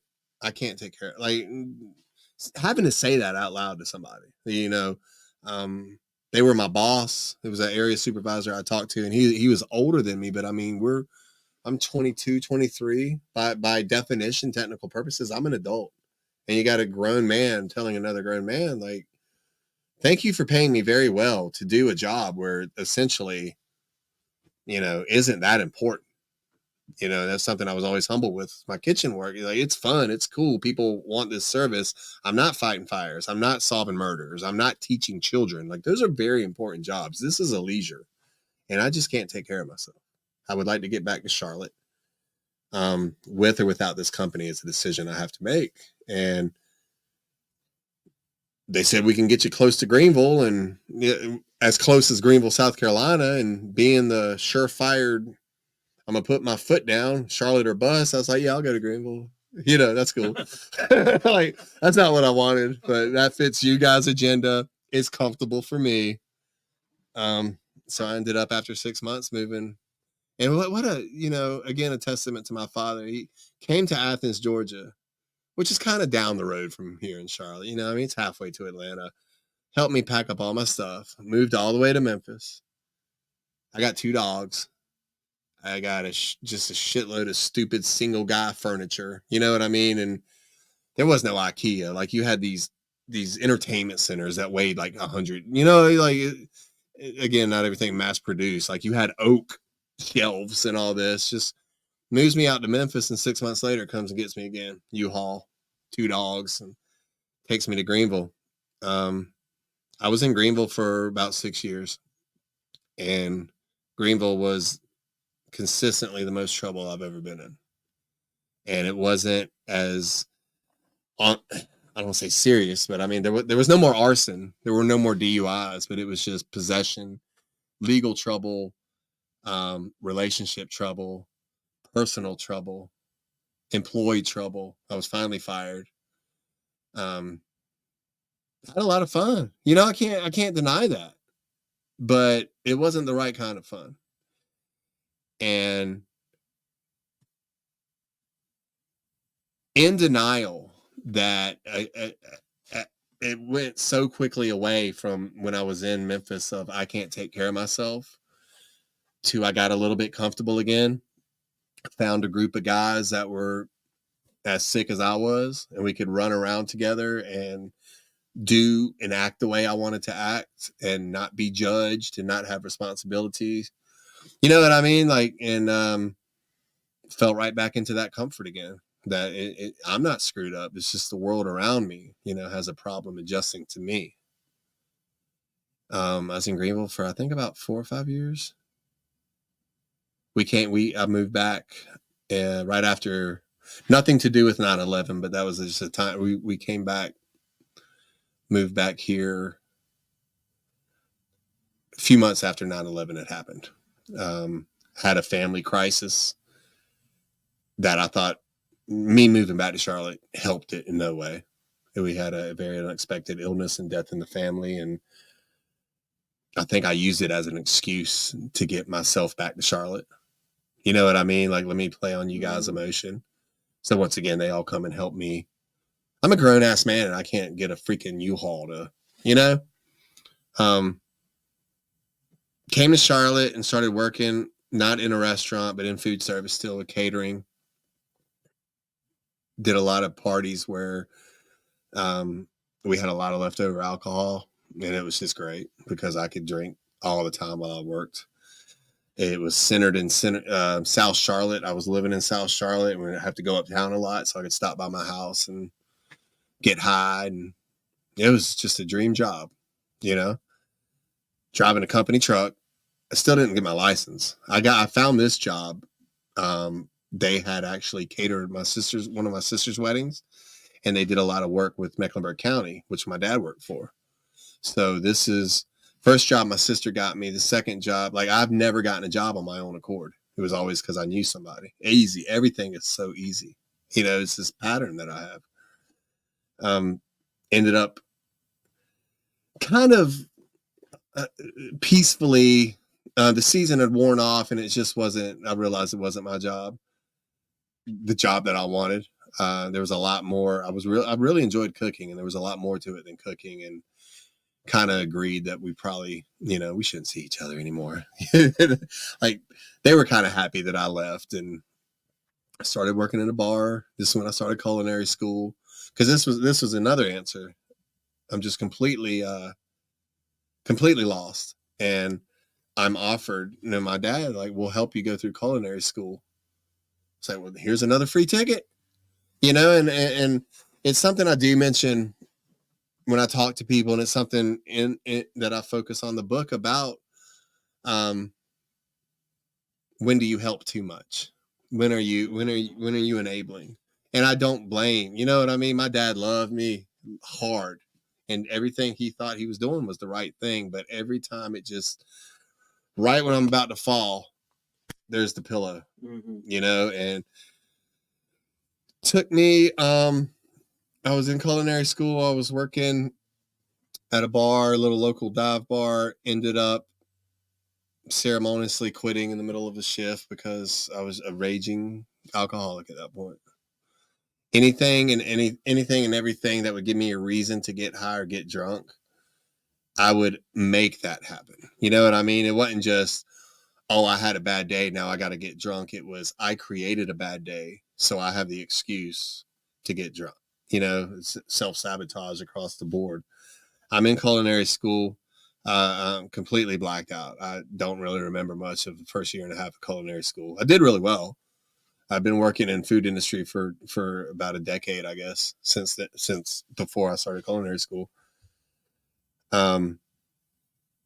Met somebody there that took a new job at this new restaurant opening up in Lake Norman called Red Rocks. There's a Red Rocks here in Charlotte that had been there since '94. They were opening up a second location. This, her name is Katie, and she's awesome. A super friend of mine. Got me out of jail one time. She left school to go be the sous chef there, which I was like, yeah, that's ballsy. I still need to be in school though, because I need, like, this is my cushion. When I left the bar, I reached out to her when I quit this other job. She hired me there. Once again, I'm getting a job because I know somebody.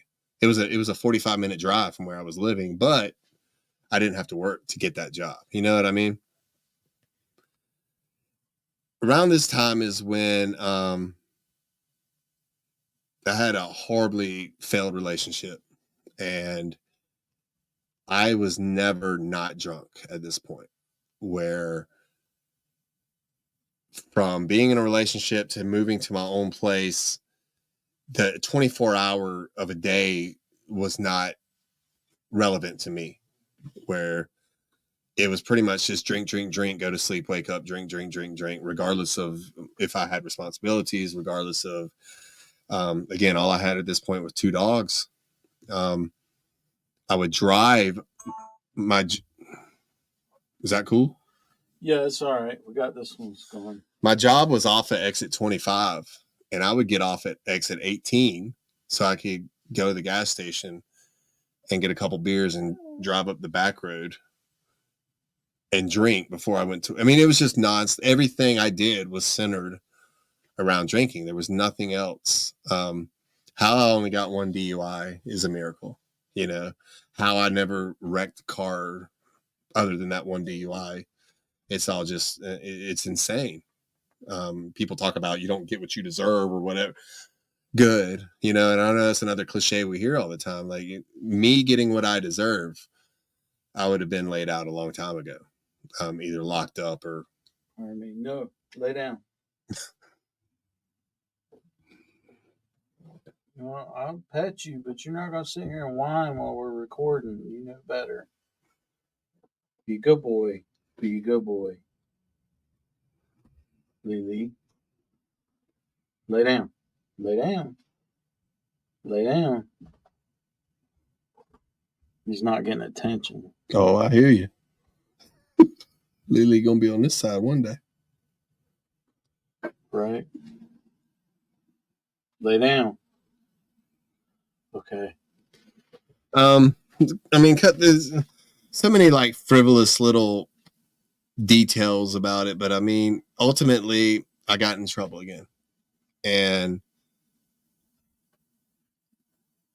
I was in a holding cell. And my biggest thing right now is this process. I got into trouble, and I'm thinking, I'm back in Charlotte, right? My dad's still working up at the county. I can't let them see me. You know, I'm thinking I'm going to be seen, and my brother-in-law started working for the police department. You know, like I'm trying to take care of myself, but to me, take care of myself means don't get caught. You know, of course, they end up finding out because, you know, whatever. But you want to talk about one of those moments, and not really. This didn't make me get sober, but it was one of those. It was another one of those. I've got to do something. I've got to do something, and they took us from the holding cell to this wonderful tunnel that's underneath. You ever had that luxury? Because I was concerned about somebody seeing me on the street, because I know a lot of people. My dad knows a lot of people. Well, no, you don't have to worry about that. They chain you up with 80 other people, and you walk through this dark tunnel, you know, Indiana Jones style, to the courthouse and come up underneath it. And they took about 8 or 10 of us into a holding cell, and the holding cell that's made for like one person. Mm-hmm. And we're in there, and I'm on the floor with a urinal right next to me. And this man comes up to use the bathroom. And I stood up and I said, without trying to be rude, like, I'll move. It's cool. You know, you could, but I mean, here I am, you know, what was this? 2000. This is right before I got sober. 2004 or so. 8 years earlier, I'm a Dean's List, all conference. I got the world. And now I'm about to get pissed in my face. You know, that'll put some things into perspective. We go to the judge and all this. And of course, there's several days of pity drinking and pity partying, and actually calling into work to tell them, you know, I can't come to work because of this. Go to court. The court assigns me to the McLeod Center as part of my treatment, because drugs and alcohol was part of all this. And this is one of the greatest moments. And it's, you know, I'm not reading you my book right now, but this is definitely something that was included. This lady's name was Debbie. She was in charge of the group. And this isn't a group that goes March 14th to June 22nd. It's, you got to do 6 weeks. You come when you come, and there might be somebody on your first day being there. Like, you know what I mean? We all don't know each other or whatever. I was there for a few days, and coming in smelling of alcohol, and she addressed it, and we had spoken privately, and I think she could see it more than I could even see it, that I was done. But now I was at the point where I just couldn't figure out how, but I wanted to. You know what I mean?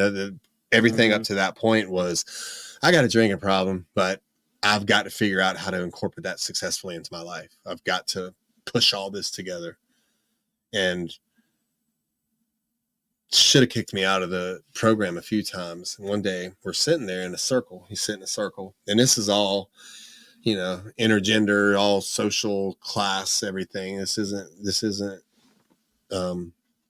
segregated by any means. And ask me, you know, guys, I want to talk about Jamie real quick. I'm like, you know, I'm telling you, I want all the attention. Now I'm like, fuck, I don't. Not right the other Jamie, right? You know, well, she tells me, you know, explain yourself. I was just, you know, interested in what you got. You seem to have a file here. You were here 10 years ago. And I said, yeah. She said, well, what was that all about? I said, well, I got arrested. I got into trouble. Come here, you know, got put on probation, had to move back with my mom and dad. It's like, okay, well, what happened now?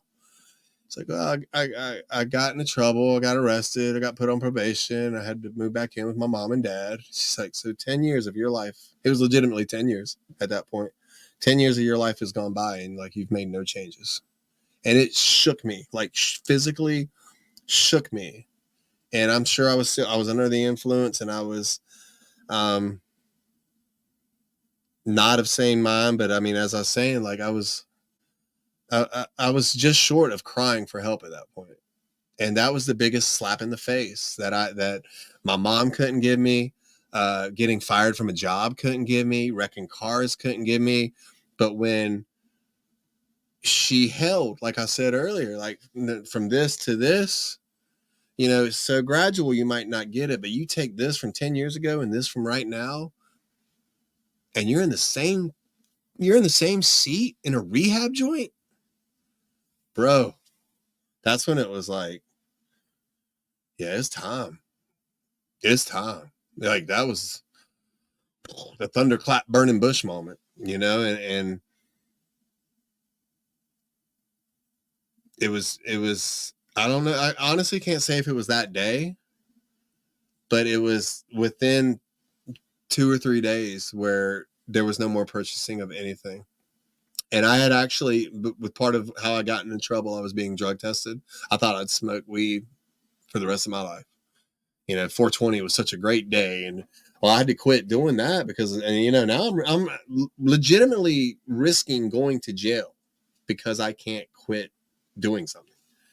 So now I'm just drinking more and more and got rid of it and started taking my sobriety seriously, which was something I had no idea how to do.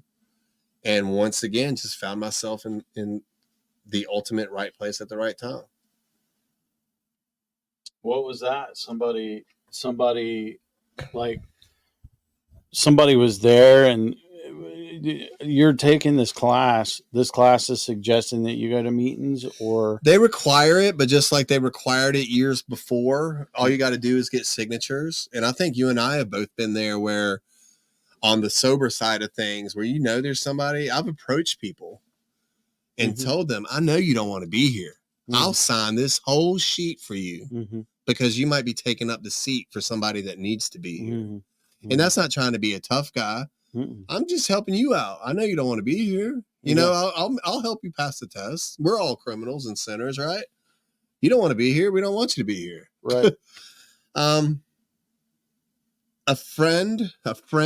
A person in that same recovery group, this met from, I think maybe it got done at 8:30 or 9 o'clock. And they're like, there's a 10 o'clock meeting I want you to go to. There's a 10 o'clock meeting. And cool. I don't have anything to do. And the more I've learned now, the more I stay busy, you know, the harder it's going to be for me to, we got this 10 o'clock meeting, the 10 o'clock meeting, you know, and the guy that came to be my sponsor, and I'd never paid attention. I'd gone to a few NA meetings. I'd gone to some AA meetings 10 years prior. I had a white chip that I felt obligated to pick up. I don't know where it is. I mean, I don't have it anymore, you know, from 10 years prior. And I go in, and the guy that ended up becoming my sponsor is somebody I went to high school with. And he's leading the meeting. And I knew him in high school when he fell off the rails. And he was a lost cause. And he was one of those that just went away. He didn't graduate. Nobody knew what happened to him. And he went from a bright, shining athletic star to upside down crosses and, you know, just dirty, and like his life fell apart. But then I saw him leading this meeting, looking good. People were respectful to him. And it was, I had seen so many strangers, and I had seen so many people that were so different from me, but like I knew this guy. And had I not been there, you know what I mean? Like, there's a lot of meetings in Charlotte from 7 to 10 o'clock at night. And that one, being there that night, you know, it changed me. And when you get your head out of your ass, it's amazing what you can see. And I went up to him after the meeting, and I was still in shock because this was him. You know, he introduced himself to you know, for all I know, he's like the president of the, Right. Yeah, he's leading the meeting. He's reading some stuff. He introduces himself, and I go up to him, and say his name? And he's like, yeah. And I was like, say his name with his last name. And he's like, yeah. And I'm like, you remember Jamie Weatherly? Oh shit, how you doing? I'm not doing good, bro. I'm at an AA meeting. Like, I'm not doing too good. But that was September 29th, 2005, 929. And that was when I quit drinking. Because I saw that it was possible right in front of me. Mm-hmm. You know, and that's what, like I say, I've got stupid luck, and I believe you're where you're supposed to be when you're supposed to be there, but you got to pay attention to it, and you got to, you know, when whoever, God, universe, nature, when they're talking to you, you can't ignore them, man. Mm-hmm. You know, and Sure. that was supposed to happen. Yeah, no, that it's funny too, because it's there's a bit of irony when that happens. That is, people say, my best thinking got me here, and however, the things that we carry with us are the things that that end up were working against us. They end up working for us when we choose to have it work for us. Mm-hmm. When it's time, it's time. And then that same statement that was working against us that whole time, now it's working for you, and saying, okay, well, this is the time that I need it to be the right time and the right place for this direction. Mm-hmm. And I mean, it's difficult to accept at first, because we have so many definitions wrapped around what that's supposed to be, what that looks like. I'm a loser. I'm not, worthy. We have all those stories, and we're perfectly fine for a really long time going out and being okay with that. And well, yeah, and so It's comfortable. right. That's the biggest. Yeah. And I get to do it this way for whatever, but I'm not that. I can't be that. I can make it without that.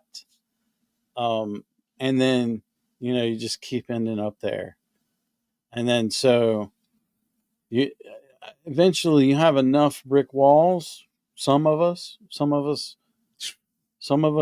have enough brick walls to where it you've for me, decided to be like, I've got nothing. I've got nothing. I can't not just I can't take care of myself, right? At that point it's beyond that. It's way further than that. It is, I can't function at all. Right? Like I had to have people tell me to brush my teeth.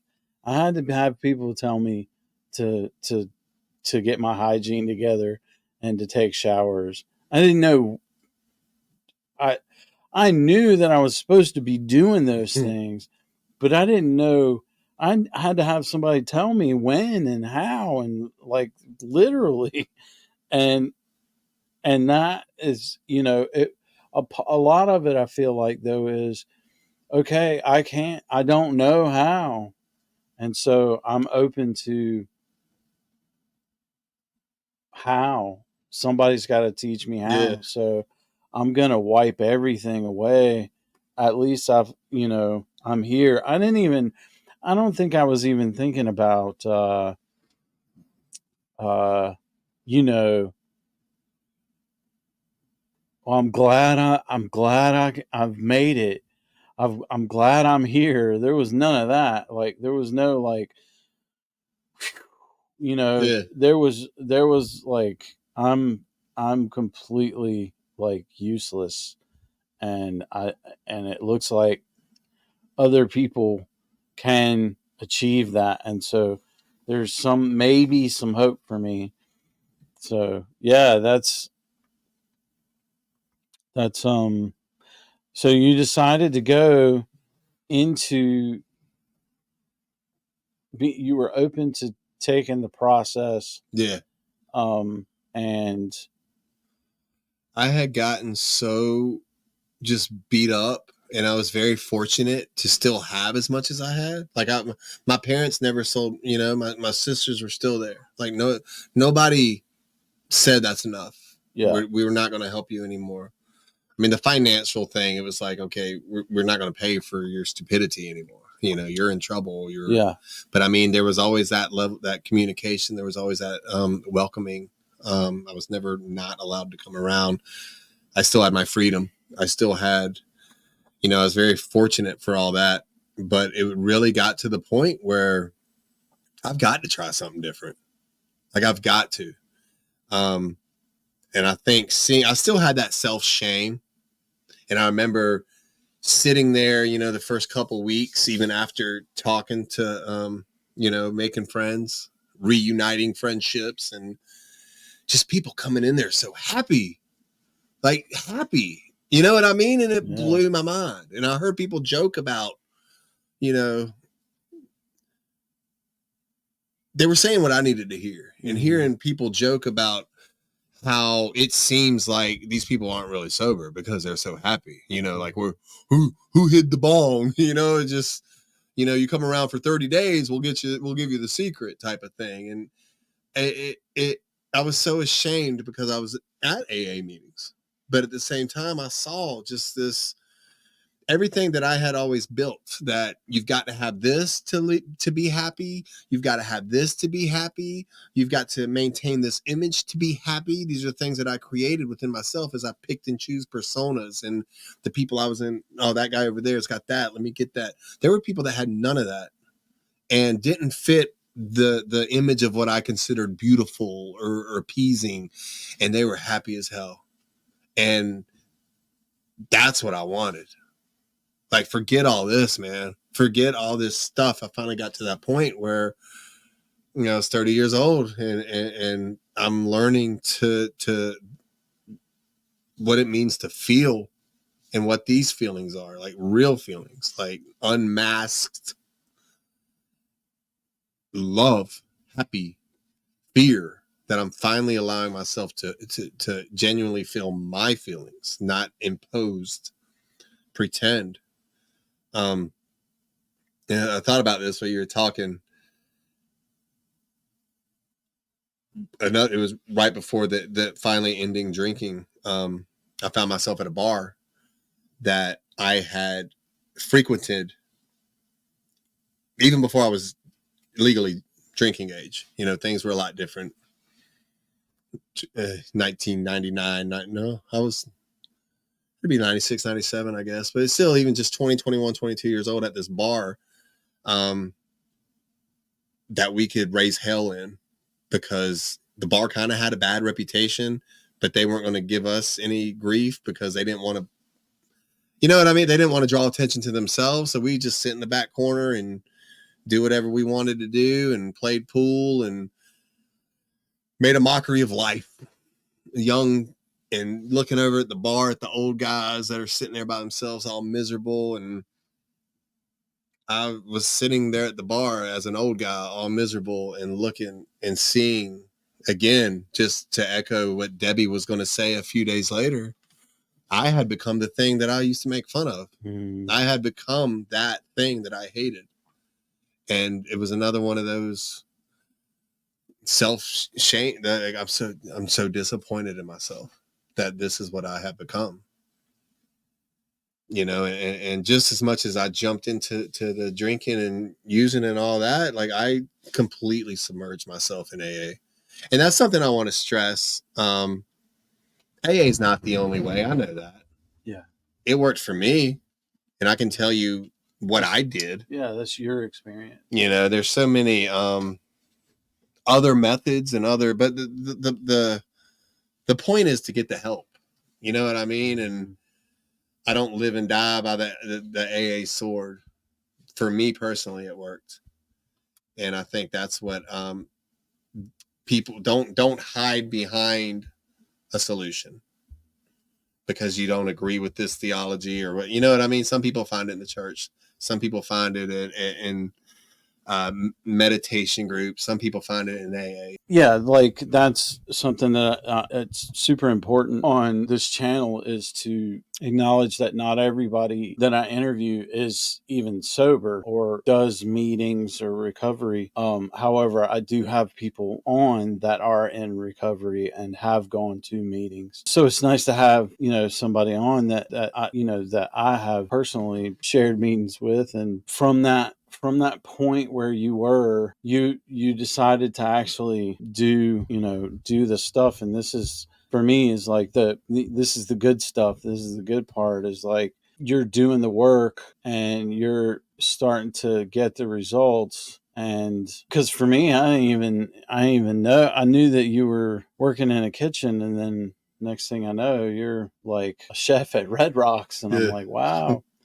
So obviously you had already done some work to begin to earn your place in that. But, give us a little bit of the experience of coming into yourself and finding that process is working for you. And then, Well, it's a journey, man. And it's dangerous and it's dark at times because as much as I wanted this attention and as much as I was, forging all these false personas, I had to find out who I was and why does this happen and where, revisit the tan guy and what that did to me. You know what I mean? And I didn't take that for what it was worth until I realized, and it wasn't just like, let me think about the tan guy. Like it was a maze to get to this because there's so much dishonesty. And I remember this, and I was like, damn, dude, I remember that. And just participating and hanging out with people that, at a point that I would say, I would hold myself as I was better than this person, and letting go of all that, and holding hands, and just trying to get through life with each other, instead of taking shots at each other.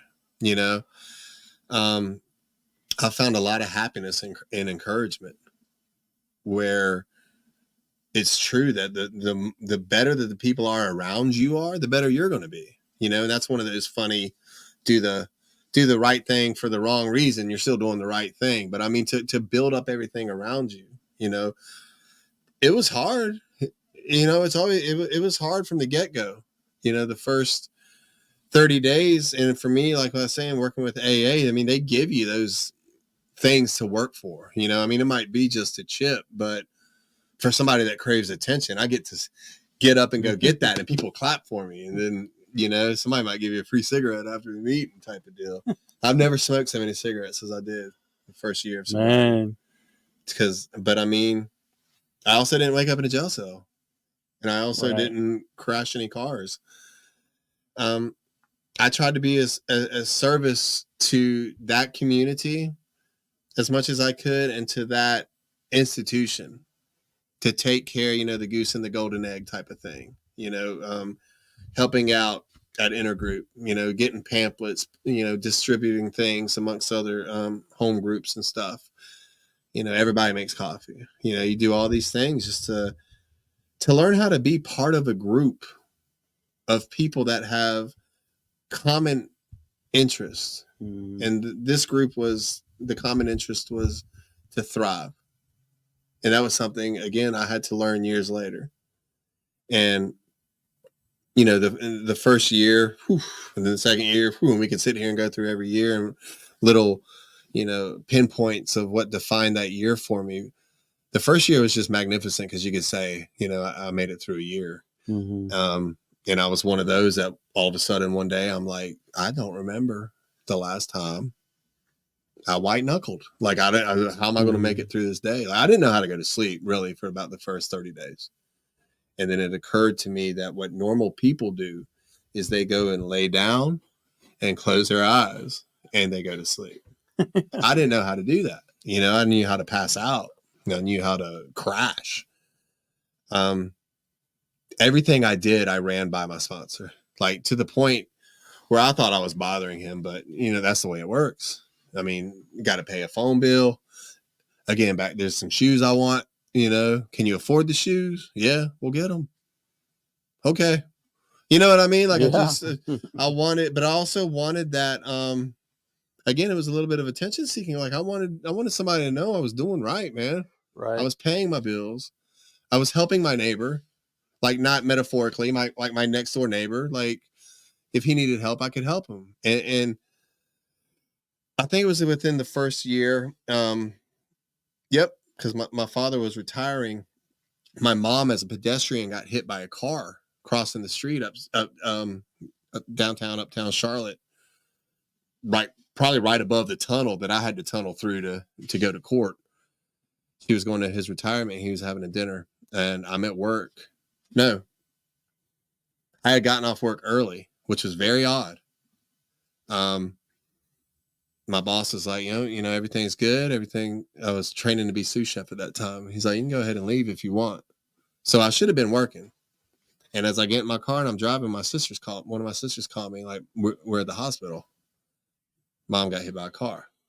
Turned out to be, she was banged up. She was scared. She's not riding roller coasters anymore. She had a big scratch on her nose. I think she hurt her wrist and she liked to bowl. She was alive and she was very healthy.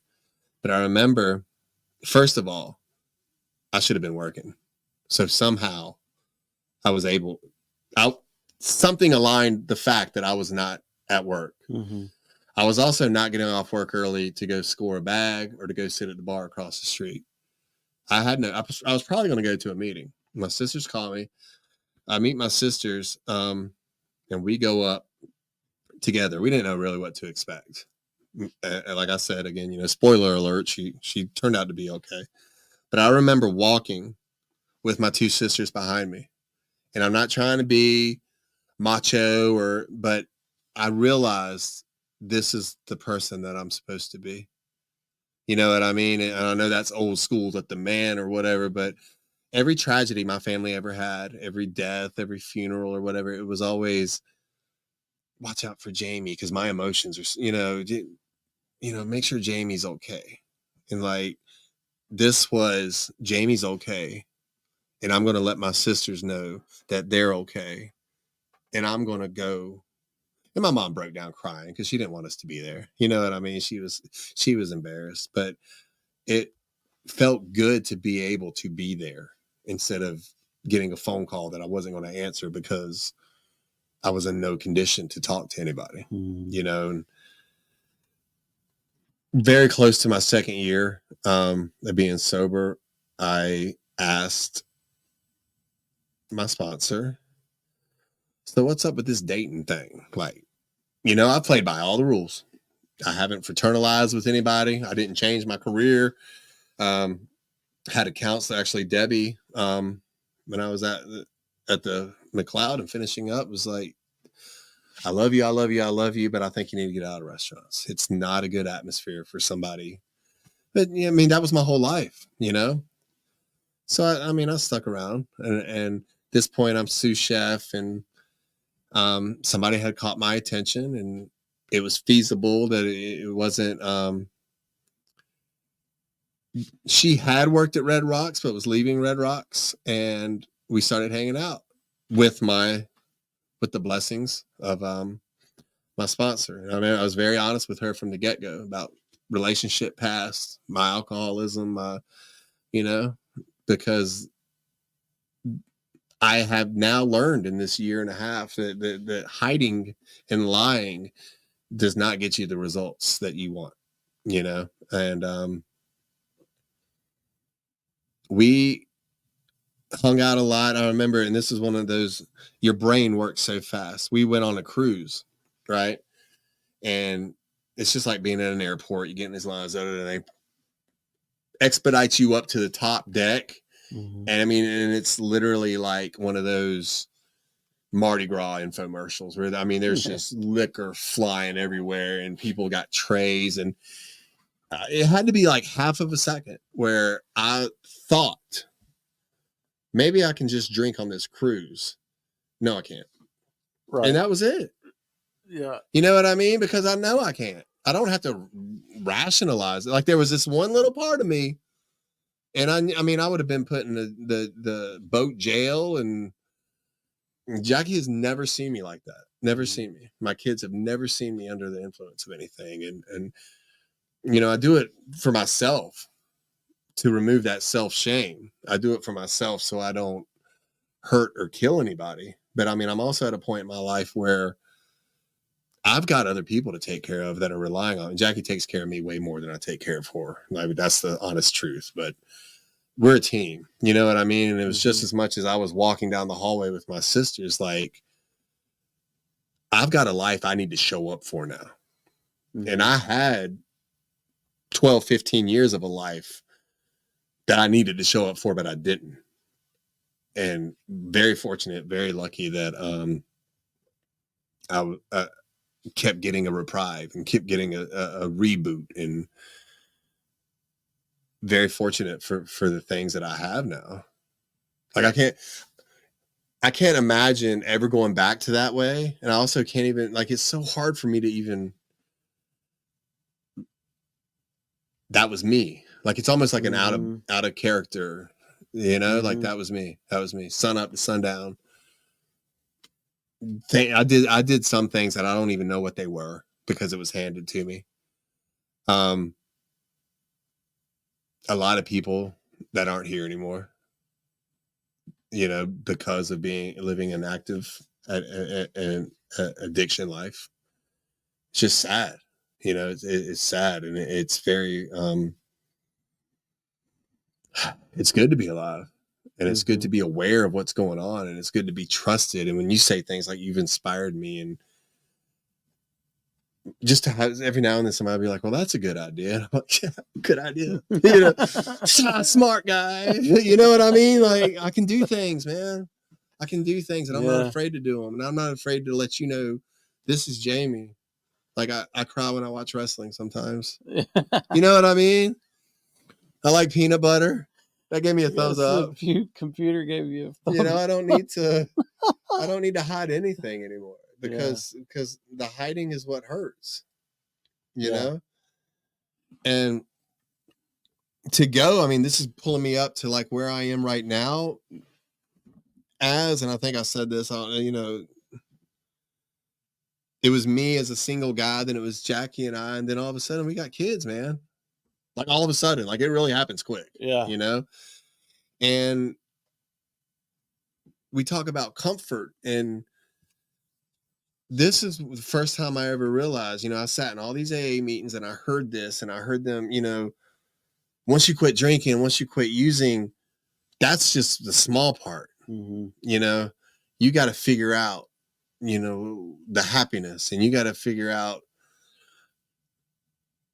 I had to come to terms with this. The restaurant job was my new drug of choice, because I had complete control. I could be whoever I wanted to be. I could give it as much as I want. I could take as much as I want, because I was in a leadership position, you know what I mean? And I came to a very pivotal moment. I left the restaurants in 2022. I really started considering leaving. I mean, it's a rough job, dude. Like, physically, it's a rough job. You know, ankles, knees, and backs and all that. I knew I had to have some sort of exit plan.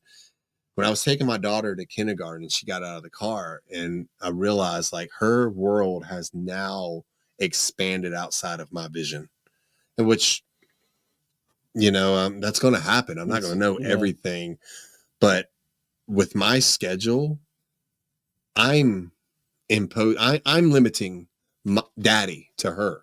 She's not limiting her to me. Like, I'm imposing time constraints, and started kicking around ideas and stuff. And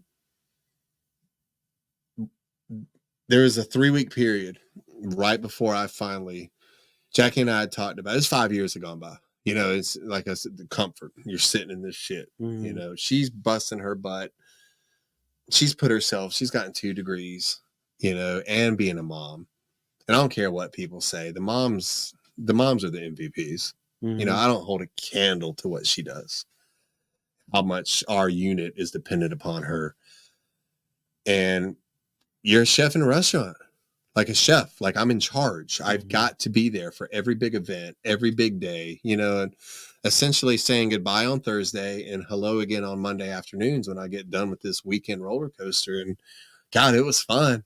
And people I was good. You worked with me for a little bit. Mm-hmm. You know, I say that with all humility. I learned from some very good guys, and I took, you know, natural work ethic and character, and even John Love here at Red Rocks taught me how to treat people. Like, you know what I mean? Yeah, I want to pause you on that because I just come in for temporary help in after the pandemic, like we mentioned before, as washing dishes, and um literally the best kitchen I've ever worked in, ever, bar none. Um, having I'd never I've had some amazing I've worked for some amazing chefs before. I have, and uh, the personal quality working for you, the every single person that worked in that kitchen adored you, and not because, like, I noticed that immediately, right? And but then when you came in and you worked, you made sure everybody was okay. You made sure that everybody was where they needed to be, but not in a way that was like making sure they're doing what they're doing. You wanted to make sure that they were, you know, okay. Like if there was anything going on, like, and that they were ready to have a good time and they were ready to have fun doing the work, made all the difference in the world.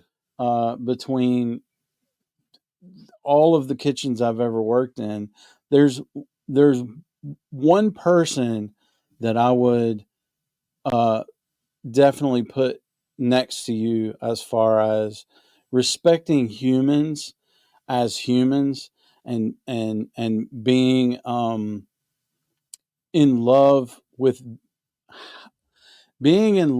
enjoying. It didn't matter that it was a kitchen. It didn't matter that it was you could have, both of you guys could have been the boss at a warehouse, could have been the boss somewhere else. That part didn't matter. Well, the part was that you guys were and are today serious about the people that are around you, and that is a humbling experience to have a leader, a boss, and someone who knows what the fuck they're doing, is trained to know what they're doing, respect the people that are working with them, for them, versus just for them. And I truly was grateful for that experience. And I mean, I knew that you and I were going to have a blast no matter what. However, to see you interacting with your entire staff that way was just a pleasure to be around. Truly. It was, I was fortunate to have a very great crew. And I mean, this is a whole Red Rocks masturbatory session, you know, but Sure. I mean, you deserve it. Just like I would have never worked that way without sobriety, Right. where you have an appreciation, and I've learned and adopted it, and I try to spread it to those around me. The sun's coming up and the sun's going down. Mm-hmm. And if you can't laugh at something, you know what I mean? Like, Yeah. like shit's happening, man. Yeah. It's happening. So let's go for it. Let's have fun doing it. let's find, what you enjoy doing and do it, man. And we had a very good crew, man. And it was a hell of a run. And, 18 years at the same company, the same restaurant. Like, I'm not trying to get my own jersey hanging in the rafters, but I mean, dude, that's some good stuff, man. Yeah, for sure. And what came with my turning point here, though, there was a 3-week period. I can't, the order of this. There were 3 deaths, and one was a common friend for us. It's about 2 years ago, almost to the date, because it was in April. And I'm not going to say his name, just out of respect for him and his family. You know who he is. Can you give me his initials? DF. Okay. God, what a great guy. You know what I'm talking about? Yeah. What a great, Exactly about. I say this about a few people, and I don't mean to overuse it, but it's very genuine. Jackie's twin brother's like this. My friend Sean is like this. Another friend of mine who just passed away was like this. If I needed 10 and he only had 5, he'd find a way to give me that 10. You know what I mean? He would give me all he had and go find a way to help me before taking care of himself. That's the kind of guy he was. And he died the death of an active addict. And in this same 3-week period, a man who I have a lot of respect for, he's not really active on social media. I hadn't seen him in a few years, but he was the general manager of my first restaurant job, or managing partner, but a hands-on, and this was here in Charlotte when I started working in restaurants, hands-on, intense, old school. He kind of looked like Spider-Man's boss, that little mustache and the white hair, just intense. I don't know the details. His family was here in North Carolina. He was living in Kentucky and didn't show up for work one day. He basically had worked himself to death. He went home and had a massive heart attack, and close to retirement age, if not over retirement age, and just didn't have but just died. And in this same 3-week period, my uncle, who was close to 100, he had dementia for the past few years. His wife, my mom's sister, my aunt, she had passed away. I don't want to say it sounds so bad. He had approached the point that he was a burden onto those around him, but he wasn't there. He wasn't there. His body was there. He didn't know when to sleep. He didn't know how to sleep. He didn't know when to eat. He didn't know when to stop eating. He'd have little moments of clarity, and then he'd just float away again. He was close to 90 years old, and he passed away. And you know what he did for a living? I have no fucking idea. But he was there for all the family functions, and he was there. He loved my aunt, and he loved my mom, and he loved us and niece and nephews, and he loved his grandkids. And he had his quirks, he wasn't perfect and, whatever, but I mean, that dude loved his family. He loved his God, and he loved his country, and he was a damn good man. And I looked at, this was 3 weeks. These 3, the death of an active addict is definitely within my grasp. As long as I make the right decisions, I can eliminate that, at least for today. It's a day to day, just for today. That's right. It's getting late in the day now, and I don't plan on using today. I've got to get up early and go to work. I might be cleared for tomorrow, but I'm not dying an active addict today. Right. And then it was on the other side of that, this man that was almost 100 years old, that I have no idea what he did. He was not defined by what he did. He was defined by who he was.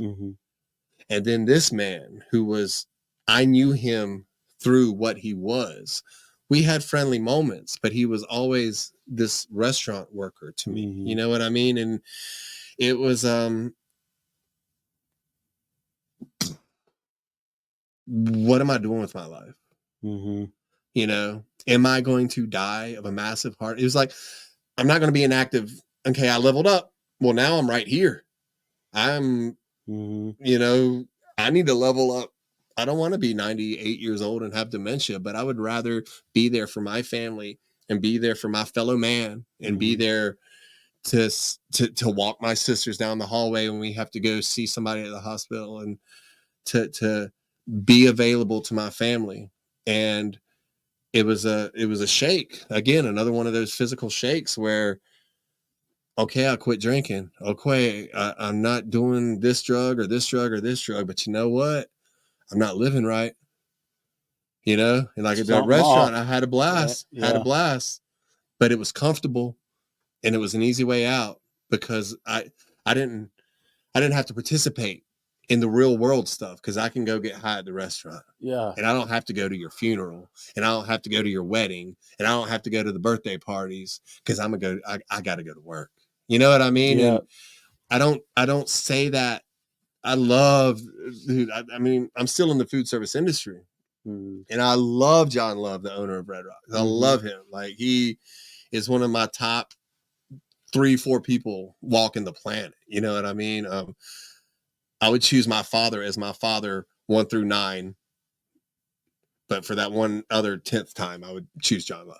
You know what I mean? I cannot say enough good things about him. I don't hate restaurant work. Some things don't mix. You know what I mean? And the type of addict, the intensity that I had, the hiding, the untrue personality was not a good mix for where I was and what I was doing. Add on the fact I now have a family. I got people that depend on me. And it was our family had to have a little talk. And like, this is, things could be different. That's when I started exploring this book project that hopefully, I've got a few ideas. Maybe it can ultimately, yes, I want it to be a life-saving tool. I do need to make a couple dollars off of it to justify the work that I put into it, but I also want to use it to grow a platform where there's more than just this, but there's, throw up the bat signal so I can go there. You know what I mean? Like, let me come talk to you. Let me spread this word. It's not an AA approved book, but I mean, I know a few places already that I will like, let me get into your institution and talk to some people that might need to hear what I have to say. And again, going back to this long drawn out story I'm telling, like, the biggest, it doesn't matter. My beautiful American story of Jamie fucking America. You know what I'm saying? I love that. I was given the world, That's but it was because I didn't want to face a mirror and honestly look at myself. I didn't want to let people know who I really was. Right. I didn't want to own up for everything that I had destroyed and the people that I had hurt and the trouble that I caused. It doesn't matter all this superficial, all this outerwear, what matters is coming to terms with the way your brain works. And the sooner that you can understand that and grab it, I see moments of my young kids, like when they start to learn, I'm not talking about addict, but just to gain knowledge. It's beautiful, man. It's beautiful. And I look at people, like I said, like John Love, who's 15 years my elder. And I look at people 15 years younger than me and how ignorant to some things they might look, realize how ignorant I must look to him. And it gives me, like, I'm so hopeful and look forward to gaining more self-awareness and more knowledge. And like I said, like, I am going to be so okay. I got to play by the rules. I got to take care of myself, but I also have to foster the community around me. And that immediately is my family. But then it's also outside of that, who needs some help? The rest. Who can I help? And I want people to know that you might go to an AA meeting because you were told, and that person has not got the same skin color as me, and that person is paraplegic because they wrecked their car, and that, you know what I mean? Like, the differences don't matter. You need to hear the message. And if I can talk to plain Jane, silly white boy that was given the world, hey, guess what, bro? We're not immune. You know what I mean? Like, it happens to all of us. And I've had the best conversations with people that don't look exactly like me, because it's when it's all said and done, we're people. You know what I mean? And life isn't fair. Life is hard. let's try to get the most out of it. Let's figure out what fuels us. Let's figure out what dims our fire, and let's move forward and prosper. Don't waste your time being comfortable, complacent. Like that kills you, man. It kills you. Time goes by just like this. Yeah. And you don't have to have kids and you don't have to be married, but it's yourself, and it's your self shame and your pride. And just like my dad, I'm not mad, I'm disappointed. My dad has not said that to me in close to 20 years now. And he makes a point, like, we have conversations now. I don't have lawyers. I don't have an arrest record right now. I haven't wrecked a car. And it's because I finally admitted to who I was. Man, thank you for sharing that, dude. That's amazing. I'm ready to go, bro. You know what I mean? Like, I'm excited man. about it. That's beautiful. And you just covered, I feel like, unless you've got another one. I don't know. I normally ask, what would you like people to, what would be the thing that you would like, one more thing that you would like people to know or would say? Honestly, don't be afraid. Don't be afraid. Give it a shot. Make the call. Change the job. Believe in yourself. Because you put all the chips in on yourself and you fail, you know that you tried. And not to go on and on. No. I was very comfortable because it was comfortable. And the universe was talking to me for a long time, and I chose not to listen. Don't be afraid. You know, I want my kids to be fearless, and I don't want them to just wallow around in complacency. And as they were growing up, I realized that's exactly what I was doing. So if I can lead by example for them, anybody can do it. We are geared for success. We are geared. It's kind of funny being human. We've got a natural drive in us, and we do not ignore it. Don't be afraid. Okay. So with that, I'm going to say, somebody who was highly competitive and highly engaged in winning and beating everyone at anything, and then have that turning on themselves, finally ended up with facing the reality that alcohol and drugs weren't going to do that for them. And grateful enough, lucky enough to have them face themselves and then turn around and take all of that energy and all of that competition and put it towards their sobriety, brought about something completely different. And I'm actually like amazed and love Jamie, and I'm so happy that he came and sat down with me. So now I'm gonna again ask you to give the information on your book, and also thank you so much for sharing your story and your experience. And I really, man, I love you, man. I love you, man. I am so grateful and blessed with the quality of people that I have as friends.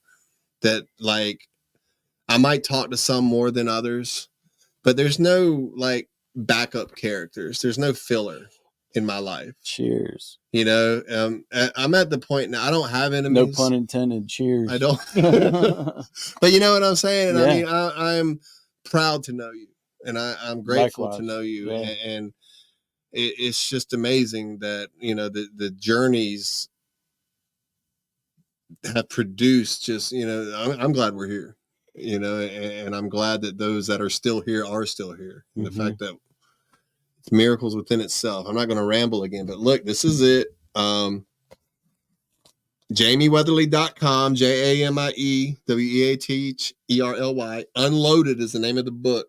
From Addiction, Self-Destruction to Purpose. That's the subtitle. JamieWeatherly.com will have links to my personal Facebook, my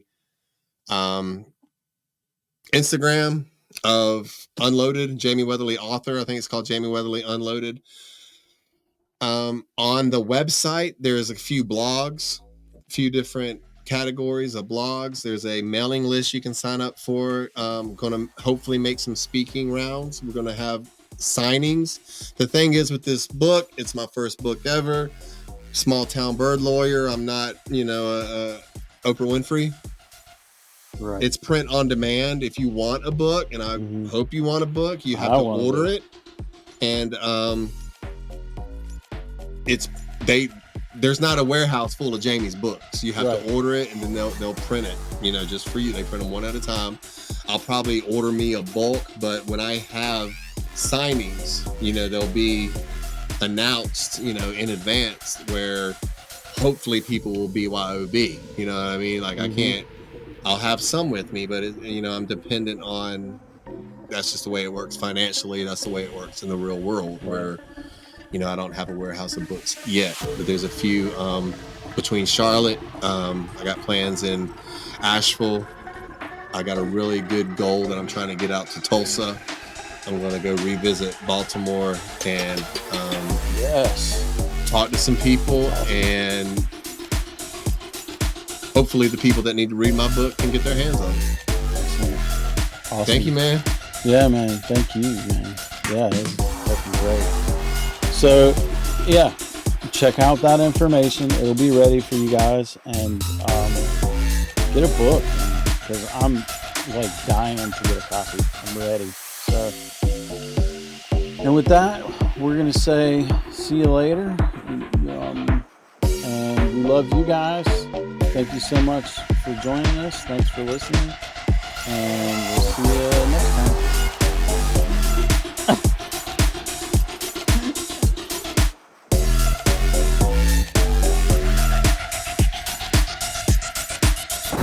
But wait!